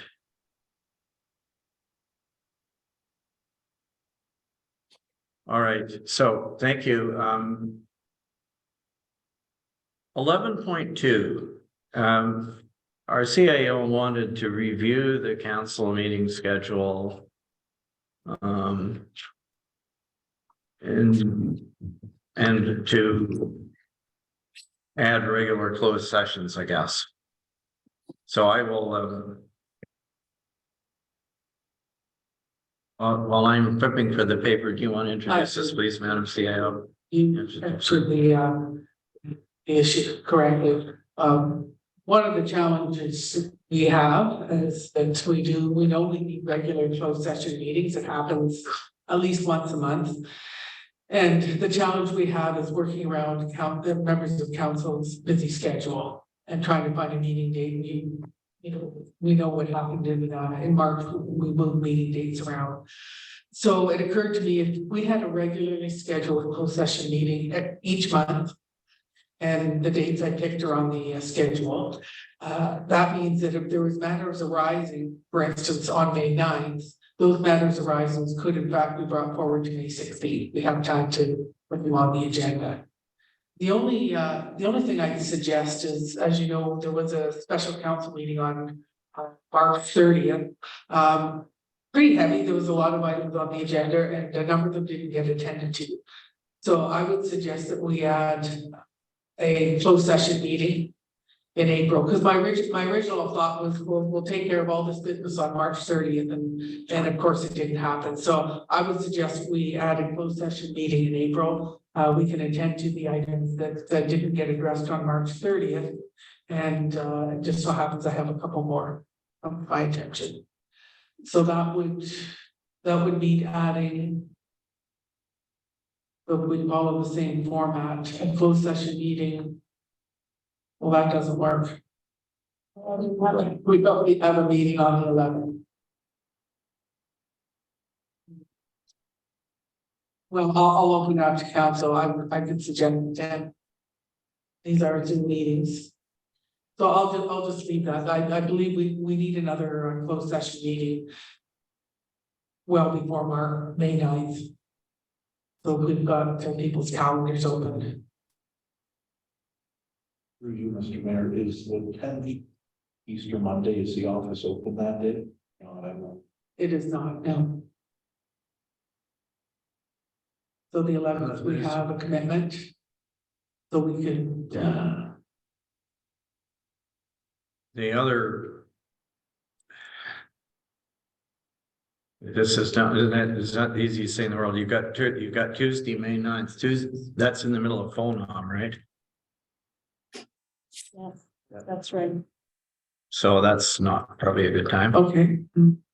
Didn't, I don't know, is there a reason why you're trying to space them and not have them in the weeks when the regular meetings are? Because there's a council meeting on the 2nd of May. Why would you not try to go for 3rd of May or some other? well, I don't know. I don't have an answer to, I was trying to find a formula. I wanted to make sure that wherever there was a closed session meeting, if there were matters arising, and they're not always, but from time to time there are, we would try to get it on the next regular calendar. I don't have an issue with having a closed session meeting on May. I guess my only. I do tend to have commitments on Wednesday nights, not that is a deciding factor, but we can do it Mondays. I'm really open to suggestions. The point of this was that we need to have regularly scheduled closed session meetings, or we continue to do what we're doing right now, of trying to find a date that works for all. And once it's in your calendar, we protect it. I realize that. So I'm open to any suggestions. But you're right, didn't occur to me that phenomenon. I would just offer this comment that there's enough other, I certainly for me, and I think for others of us as well, there's enough going on. That having a council meeting every 2 weeks and trying to get organized for the council meeting and all of those kinds of things. What I do is I put other commitments into the weeks when the council meeting isn't there, right? So I try to. And so I will have, if you go down like June 13th, I got other meetings on that day already. Why? Because that to me is an off week when I assume we're not gonna meet here. So I would rather try to find time, and generally closed meetings are not 4-hour meetings, or they're a couple hours, and I would try to find a couple hours in another day in the week when the council meeting is on, if that's possible. I don't know if that, maybe that's a problem for other people, but it's, we've had trouble scheduling these, but that's, if you want to try to have a regular formula for it, that would be my preference for sure. So we could, what would you think about having? So the formula might be, if you have Tuesday is the regular council meeting and Thursday would be closed session. With the understanding that it's the same week as the regular council. So for instance, the closed session meeting would be May 4th. And so on and so forth. Can I suggest one thing with that? I would disagree with that suggestion. But instead of at 3 o'clock, just for other time commitments I had, could we have it starting earlier than say 4 p.m. by chance? I don't know if that might suit other people, or it might be later, but I don't know if 4 o'clock would be okay instead of 3. Just with other stuff I already have on my calendars and stuff. 4 is much better.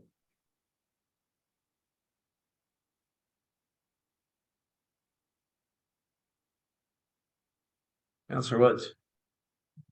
As far as times go, I can make the 3, but it is a little bit easier if it's after that, just because kids get out of the bus at 5 after 3. Yeah. Right.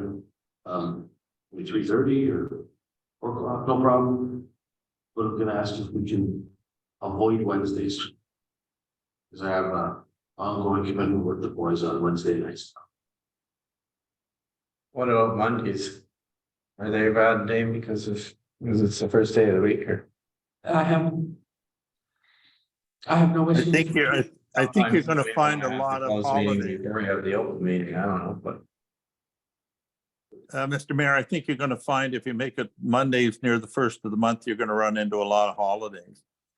Well, you're right. That's, I would suggest that we make it on the Thursday of after the first meeting of the month. So, and the second, it would be whatever, the fourth, right? And make it at 4:00. Does that work? I mean, these are Zoom calls, so I guess I'm not as busy as the rest of you, so I'm okay with that. yeah, So if I'm hearing that correctly, 4:00 start. So for May, it's May 4th, June 15th, July 13th, August. August, 6. oh, sorry, yeah, sorry. July 6th, thank you. July 6th, August 3rd, September 7th, October 5th, November 9th, and December 13th. And if we could just find our way back to April, and it's not gonna fit that same formula because we've got the Easter weekend. But it may, do you want to have a meeting on April 6th, which is next week, next Thursday? April 6th is 2 days from now, isn't it? Oh, today is the 4th, yes, thank you. yeah. Okay, so maybe we try for April. 8th. April 20th. And then you're gonna have another one on May the 4th, right? Oh, yeah, so Fortunately, Hmm? I'm not available April 20.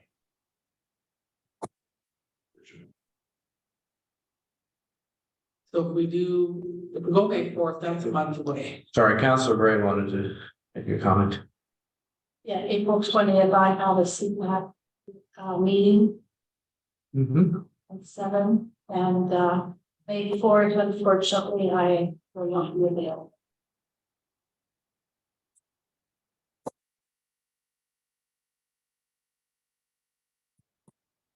I'll just So for that, canvass some dates for April. would we like to try Monday, May 1st? And I'm thinking the further on we get into the months ahead, these dates are being protected, but I understand we start booking things a month or so ahead. So is everyone agreeable to May 1st? Okay, Okay. It's a holiday in the Republic of Ireland, but we'll honor some thoughts. May 1st instead of the 4th. Okay, so I'm still trying to poke the bear here and find a closed session meeting in April. Knowing we've got a meeting on the 11th, we've got a meeting on the 24th, which is our strategic planning vote, Zoom calls. We've got a regular council meeting on the 18th.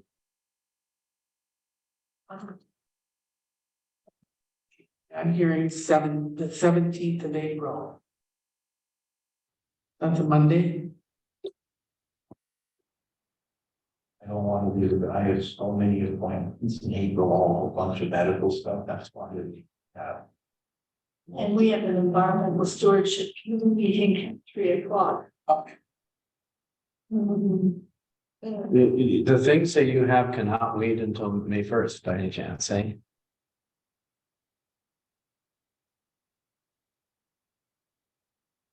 I don't think they should.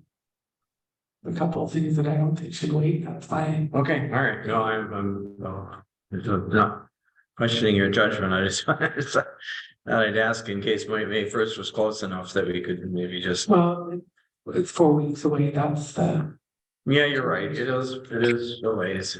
Well, I don't know. Do you want to just? You can do a doodle poll, right? See what, well, it's gotta be I'll tell you, it's a heck of a lot easier when I'm sitting in the room with everyone. That's our challenge is, you know, we're getting good information. People have their calendars in front of them, so I'm not giving up. So what we know is that the 6th is 2 days away, so that won't work. So we're into next week. We have a commitment on the 11th. Is there any day that week that works for anyone? We're all literally stuff around 13.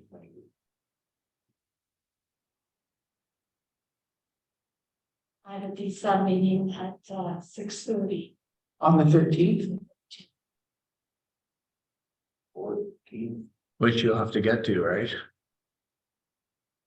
It's Zoom, so if we can be done before then, I can just go from one Zoom meeting to another. How long of a meeting do you need?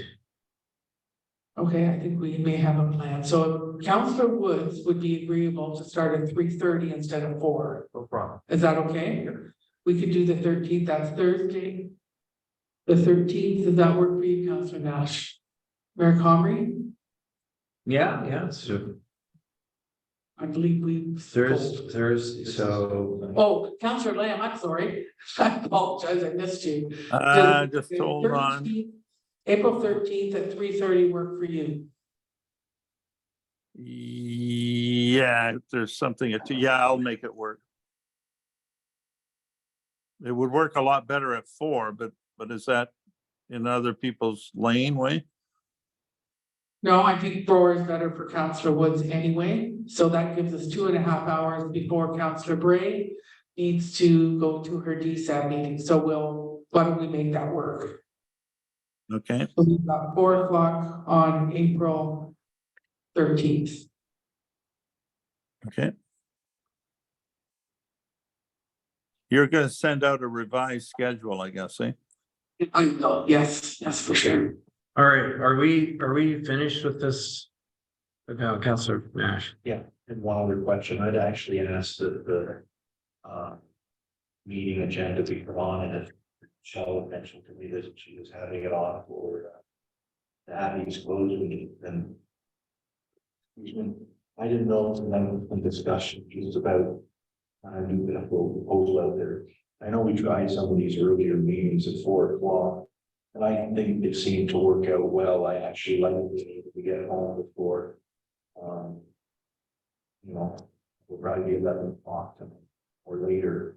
And I think we had some good numbers on some of the Zoom calls that were in the afternoon to show that people, when they, you know, if it was something important, members of the public were able to attend in the afternoon. So I would wonder if we might be able to have brief discussion, maybe move something if we might be able to make the first meeting of each month at 4 o'clock instead of 6:30 on a go-forward basis here. I really found getting home, I think my mind worked better the earlier times that I really was doing. There's some of the staff that might be instead of getting home late at night as well. Oh, I think we have to. Oh. Yeah, okay, so we have another, we have another issue at this point. We need a curfew motion to continue. I'll make the motion. Okay, so I saw Councillor. I'll second the I saw motion. Councillor Woods first, so Councillor Nam, you could second it if that's all right with you. Perfect. All right, so let's do that. That council. Interrupt Scott. Maybe, or Well, I was watching, that's why I was looking at the clock, because I thought, we do have I'm just looking at the agenda. We do have a number of other things that were. I got my pages all covered up here, but we do have a few other things, under business before, not to say nothing of correspondence, et cetera, council items and so on, so. If this is a lengthy discussion, we're gonna run out of time, but, I need to get all those in favor to extend curfew first. All right, so we've done that. I'll make my comments on it really quick. I agree with Counselor Nash, 4 PM on the first meeting of the month is good by me. Done, finished.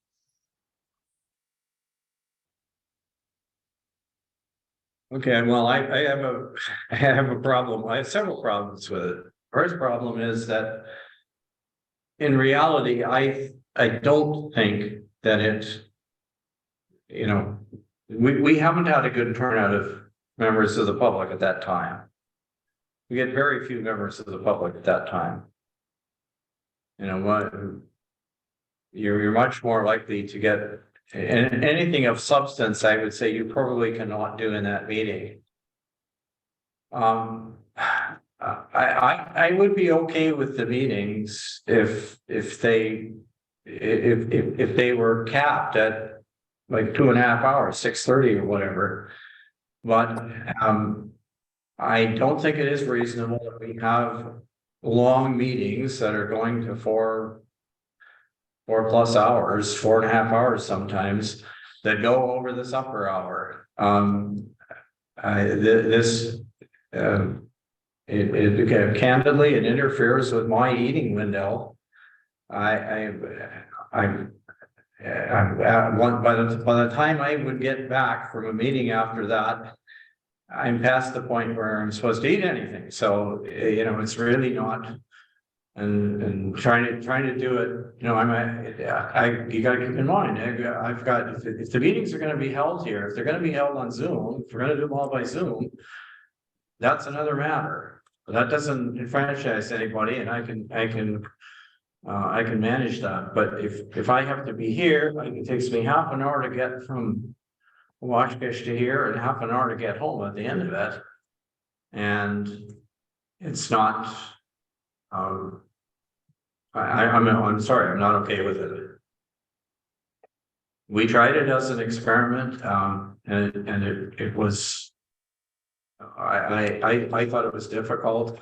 I wouldn't, as I say, I would agree with it if council agreed that we're going to cap it to, you know, we're not going to go past 6:30 or something. I can live with that, but otherwise, I'm going to be participating by Zoom if we do that, right? So. Well, I can chair the meeting. Well, Mr. Mayor, can I add one quick comment? yeah. I think when it comes to, and I know we have to move on, so I'm gonna try to be real quick. I think when it comes to community involvement, I think tonight's a perfect example. We don't have anybody from the public sitting here. I don't think it matters if it's 4 o'clock or 6:30. But I do know on Zoom, I think, don't quote me on it, but I think we've had upwards of 15 or 18 people on one of the 4 o'clock calls. So I think people can call into that. And part of the reason why I was saying it, I think there's a big thing for driving home late at night. It's easy to drive home in the afternoons. I think it's better. I think for myself, my mind, I think many others will say the line work better. So I don't know if maybe we just see if there's a simple majority of people would like to see that, and just if somebody else could share it, but you'd still be able to attend the meetings. I think you're saying you just couldn't do it from the office, but you can, or from here, but you'd still be able to be on it by Zoom at that time. That would still work great. Well, I can share them from Zoom too. I mean, but I'm, you know, again, it's not. And I can be here for the meeting, but for the start of the meeting. You know, it's. I think it's. I mean, I don't see how it's. Yes, I'd like to hear from other people that it's somehow that it's convenient for them to do it, but it seems to me.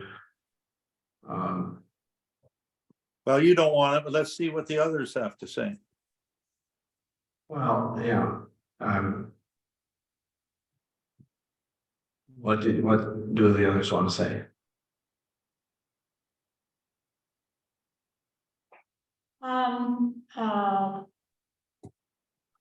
I didn't mind them. The first one I found a little bit difficult just to get myself organized. I didn't mind them. At 4 or at, what was it, 4 o'clock? And we getting out at or a little earlier was certainly a lot better for me. I think that it was, I just had to organize and figure out how I was going to when I was going to eat and what I was going to eat and things like that, which did take a little bit of organizing, but wasn't impossible. So I don't mind meeting at 4 o'clock. I could do that. I just have to get myself always organized for it. That's all.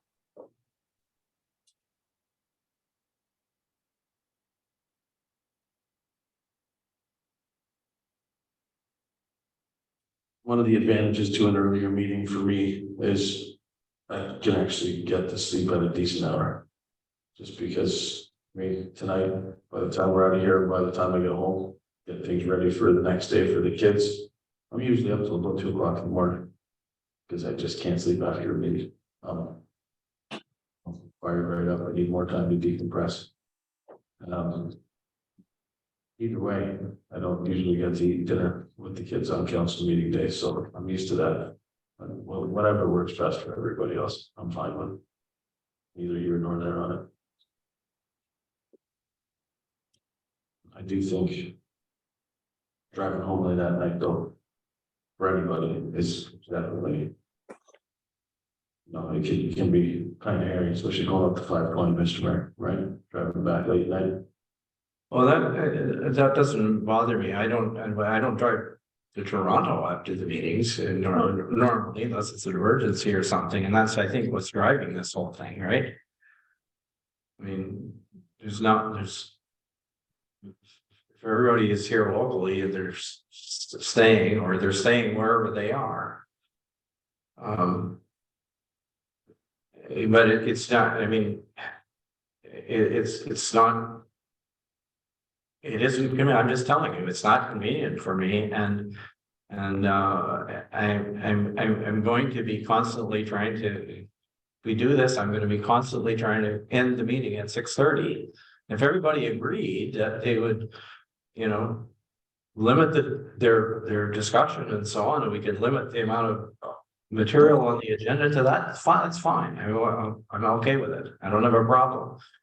But my experience is that what happens is it goes on till 7, 8 o'clock. And then by the time I get home being Washcash, it's 8:30.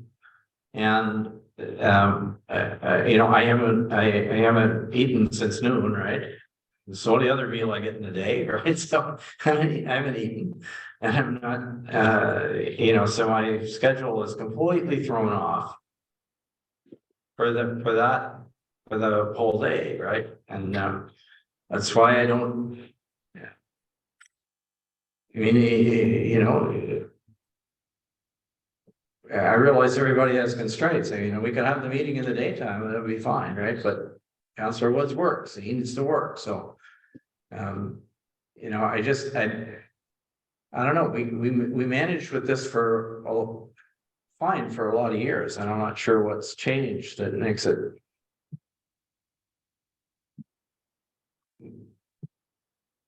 I realize people are concerned about meetings going so late, but do they really have to go that late? For you, Mr. Mayor, hopefully we can find a way to move quicker going forward in a way, and if they started at 4 o'clock and they move fast, well, we could all be for dinner, like you said, at 6:30 or whatever. I know we have a lot on our agenda to do. Anyways, I'd like to see him at 4 o'clock if we can. I know my mind works better than driving out to Ardbeg in a big snowstorm at 11:30. It's not fun. It's a half-hour drive. Right, so I would propose 4 o'clock and we try and do them as quick as we can. Is that a motion, Counselor? I'll make a motion that we have the first council meeting of the month. Starting at 4 p.m. I'll second that motion. I think we have another motion on the table. Do we have a motion? That is, that the council misconduct hereby approves this suggested. And I would put in brackets amended addition for regular closed session meetings. And what I'll do is when I finalize that motion on, this the date on there. We actually don't have, unfortunately, we don't have it on the motion, and I guess I know because we started the discussion with your introduction, Fair and enough, then, yeah. and then I thought you were gonna bring it back to us for approval at another time, but We probably should pass that now because we've got that meeting. Well, yeah, okay, all right. so where am I? April 13th, May 1st. Well, it's up to you. April 13th can still be a special council meeting. And then on April 18th, I can bring back an amended schedule. It's entirely up to you if you do it today or on the 18th.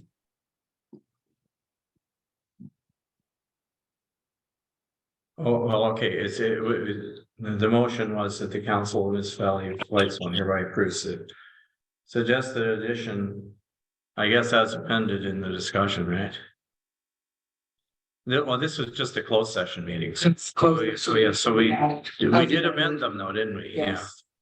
As amended in the discussion. So who wants to move that? I'll second. Okay. That is moved, sorry, I'm just making a note here. That's moved by Councillor Nash. Seconded by Councillor Woods. Any further discussion? All in favor? Okay, so we got the closed meetings. Thank you. We got the closed meetings.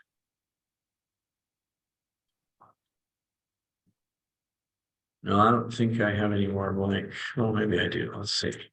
We should. Hmm? I think you may have used them up. Yeah, well, let's see. There might be some on the back here. Let's. You never know.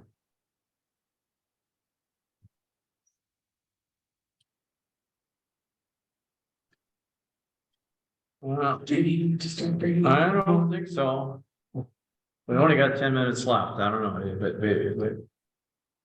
if somebody wants to make a motion, we'll just take break a hand copy of it, I guess. That's all we can do. If I might, Mr. Mayor, I'm just trying to remember, I'd make a motion that, the first regular council meeting of each month be held at 4 p.m. And Councillor Lamb seconded it, I think, if I recall. Is that correct? Yeah, I'll second that. All right, I guess so. There's no further discussion. I think everybody's way down. Well, I think we should have a recorded vote. CAO. For the motion. The motion is that the first council meeting, that the council municipality is hereby approved that the first council meeting of each month start at 4 p.m. Is that what you're asking for? Thank you, Councillor Bray, Yes. Councillor Lamb, Yes. Councillor Nash, Yes. Councillor Woods, Yes. Mayor Comrie. No. Motion is carried. Okay, 11.3 is a request from the Dunchurch. Actually, the Dunchurch McKellar, Royal Canadian Legion, or Dunchurch Magnettowon. Saying the wrong thing. Legion Branch 394. So council support for a grant creating a more inclusive Ontario, and so there is a motion that the Council of the Municipality of Whitestone supports the Magnettowon Dunchurch Royal Canadian Legion Branch 394 in their submission for grant funding from the Creating a More Inclusive Ontario grant, and that the council requests staff to prepare a letter showing support from council for the grant application. I'll So move that. Did I hear you, Councillor Lamb? Yes, thank you. And Councillor Wood seconded, I think. Is that correct? Any discussion?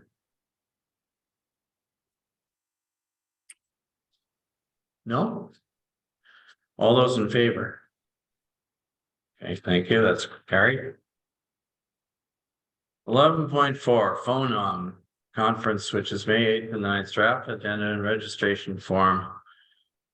That the Council of the Municipality of Whitestone is hereby authorized the following members to attend the phone on conference being held in the town of Prairie Sound on May 8th, 9th, and 10th, 2023.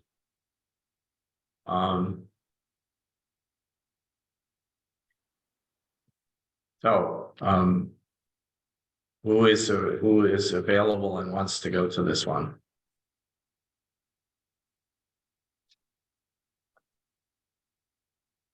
Just to make it even, I'm actually out of town for a couple days that week, so I won't be able to attend. I'm available. Councillor Bryce available. I'm available. Phone on, by the way, for those of you who don't know, is it's really the northeast. Like there are regional caucuses in AMO. It's the northeast region. There's a northwest one, which is called something else. And FONOM is Federation of Northern Ontario Municipalities, but it's the ones in the northeast, not the ones in the northwest. I'm actually the delegate from Whitestone to AMO, but I don't know if there's any voting. I do go to them. I have it in my calendar to go to this one if it's the wish of council to send anybody. Normally speaking, if it was Timmins or someplace, we wouldn't go, but since it's in Prairie Sound, it's the kind of thing you can drive through, and so there's not really much.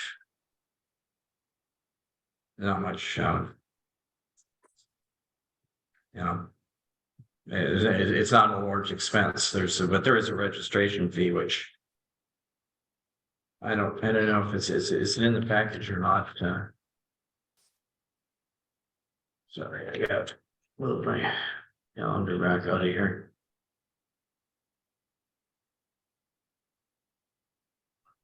I apologize. And anybody else want to weigh in on this?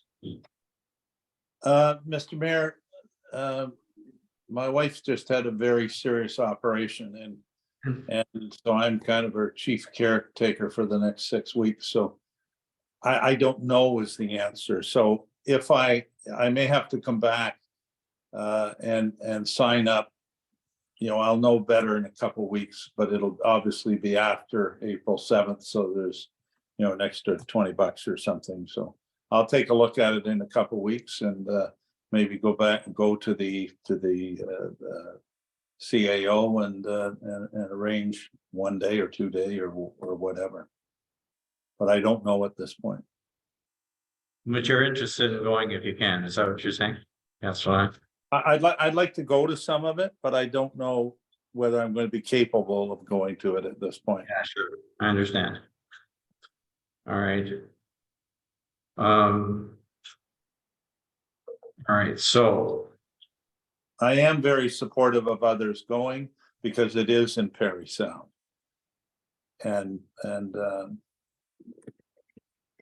think it'll be a good conference. all right. And Councillor Woods. I'm interested in going, Mr. Mayor. I don't think I'd be able to do all days. I could probably take a day, but no better. Probably April. But what the time off that?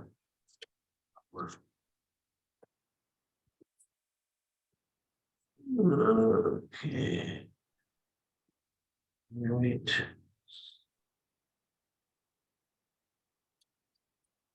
Okay, well, so I guess I need a mover and seconder. I have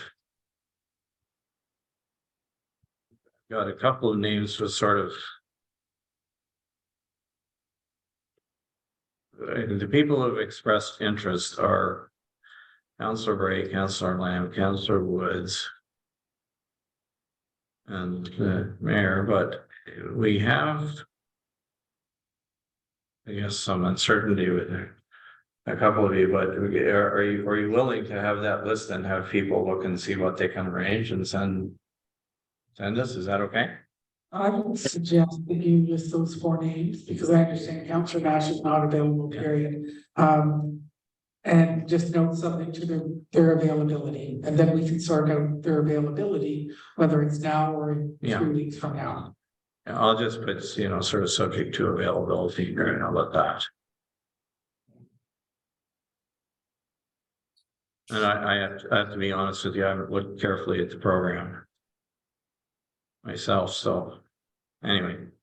All right, so here's what I got. The Council of Municipality hereby authorizes the following members to attend the phone conference being held in the town of Prairie Sound, the 8th, 9th, and 10th, 2023. Councillor Bray, Councillor Lamb, Councillor Woods, Mayor Connery. Would somebody like to move that? Councillor Woods, seconded by. Oh, sorry, Councillor Nash. All right, thank you. Any discussion? All those in favor? We're coming up to the witching hour here. All right, is everybody okay? You voted, Councillor Lamb, you're okay? Yeah, okay, thank you. That's carried. All right. Next one. Matters, Just jump in quickly. yes, So this is, you'll think that you've seen this before, and you have.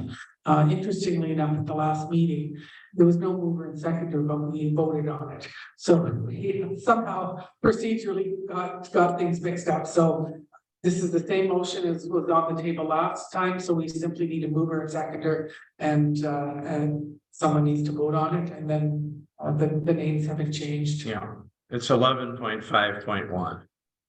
Okay, so we're talking about, okay, this is moved by Councillor Bray, seconded by Councillor Woods. All those in favor? You already voted. Before. Okay, yeah, thank you very much. My apologies, when we called for the vote, but somehow or other there was no record of anybody moving it. There's a very long, and I'm conscious of the fact that we're really running out of time here, but there's a very long resolution related to the Magnetawan River watershed. This had to do with the Almagwan Community Hatchery. Mr. Mayor, I'm gonna check out. Staff Good night, everyone. I need to take this call, okay? It's from the hospital, so I gotta go. Good night. Okay, thank you, Councillor Lamb. Have a good evening. So,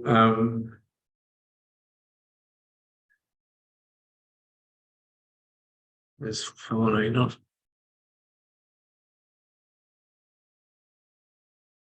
Can you, I'm gonna ask the clerk, do you want to close his video, can you, or not?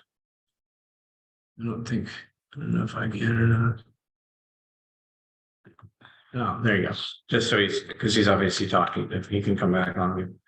Anyway, the staff, the way it was left with staff was supposed to prepare us a resolution. And they did. This is the resolution. I should read it to you, I suppose, but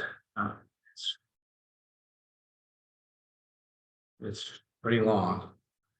Whereas the Magnetawan River watershed is an environmental and economic resource of considerable magnitude and has a dynamic impact on the economic welfare and recreational opportunities of our collective communities. And whereas the Council of the Municipality of Whitestone recognizes the environmental and economic value to the tourism industry of a viable walleye population in our waters, and appreciates that walleye is the #1 sought after species. And whereas over the past years, the lakes and rivers of the area have suffered a reduction in the walleye fish stocks. And whereas the Almagwan Community Hatchery Program has for decades been incubating and releasing walleye fry back into the Magnetawan River watershed in an attempt to rehabilitate the resident walleye populations. And whereas the program has also benefited the students in the surrounding areas in educating them on the importance of being involved with sustainable management of our fish and walleye resources, teaching them responsible stewardship. Whereas the Ministry of Northern Development and Mines, Natural Resources and Forestry, actually, it's just the Ministry of the Ministry of Natural Resources and Forestry these days, but anyway. Current FMZ, that's Fishery Management Zone 15, draft management plan for fish stocks does not include any plans within the zone for walleye. And although the plan is under review and will not be completed until 2025 or 2026, the decision is totally under the purview of the MNRF personnel within Zone 15. And whereas the ACHP, that's the Algonquin Community Hatchery Program, has the technology, the equipment, the experience, and the desire to rehabilitate the walleye fishing opportunities within the Algonquin Highlands. And whereas the new ACHP hatchery trailer has the ability to produce up to 6 million high-quality fry properly prepared for successful stocking, and it would be advantageous to this strategy for local municipalities, resorts, and associations to support this initiative, as well as to enhance future walleye stocks.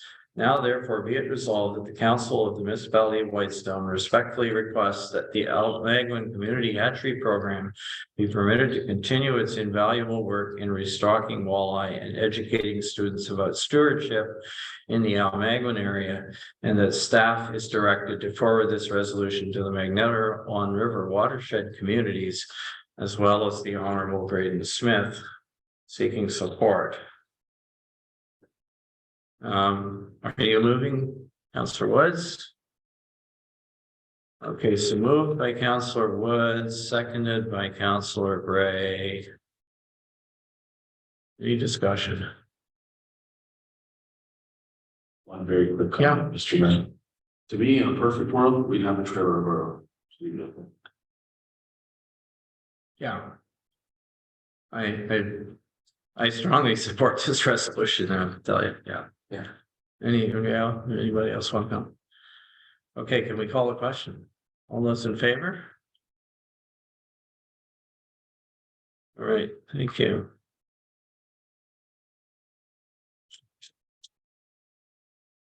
Okay, so we got past that one. Now this is another one in the same category. Not quite as long, but again, we asked staff to prepare this resolution. Whereas the drastic recent increase in homelessness and the concurrent increase in the reliance of Canadians on food banks is evidence of the widening of the gap in income disparity due to current economic conditions.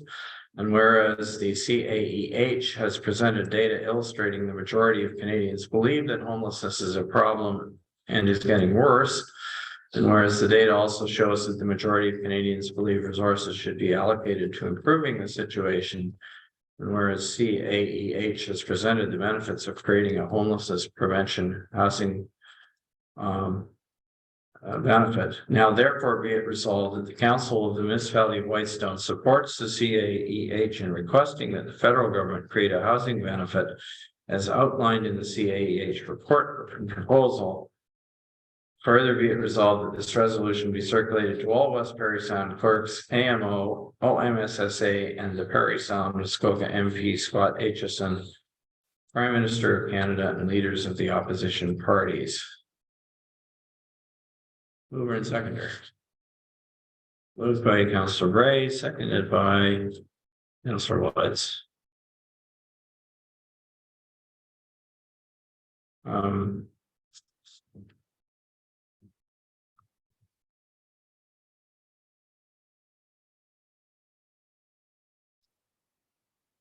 All those in, do you want to speak to it, Councillor Gray? All those in, sorry, You just had one quick comment for after this meeting, general time, that's all. I'll comment on it. yeah, I'm not looking at the clock anymore. All those in favor? That one is carried. It's to the 18th. I'm back. Well, thank you. I was just, we are past the curfew that we our extended curfew. We still have one by the mega school. We have a couple of these items of what, planning items, issue invoice discussion. And then we have correspondence, we have council items, questions for the public. I think we should try and wrap this up unless anybody wants to really extend curfew by another. You would have to, once again, you would have to suspend the procedure bylaw and extend curfew from some amount of time. And even if we did it for another half hour, we would not get through this, in my opinion. And I have no problem for 11.6, just bringing it back to another council meeting. We want to do that for the remaining items.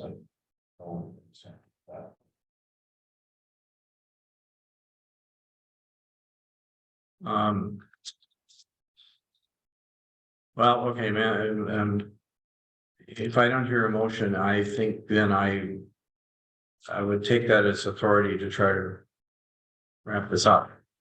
Right? Where is the end of? Okay, sorry, I got the watershed thing in two pieces here. Anyway, we'll put it together in a minute. All right, so will we simply proceed to what, confirming bylaw in terms? I think so. All right. So I'm going to suspend the rest of the agenda. And we will go to item 15, which is the confirmatory bylaw. Need a mover and seconder, please. I'll move it. Councillor Lamb is moving. Thank you. And Councillor Bray seconds.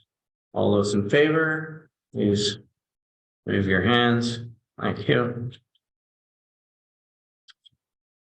And then adjournment. Moved by Councillor Woods, seconded by Councillor Nash, was it? All right. Let this meeting be adjourned at 10:37.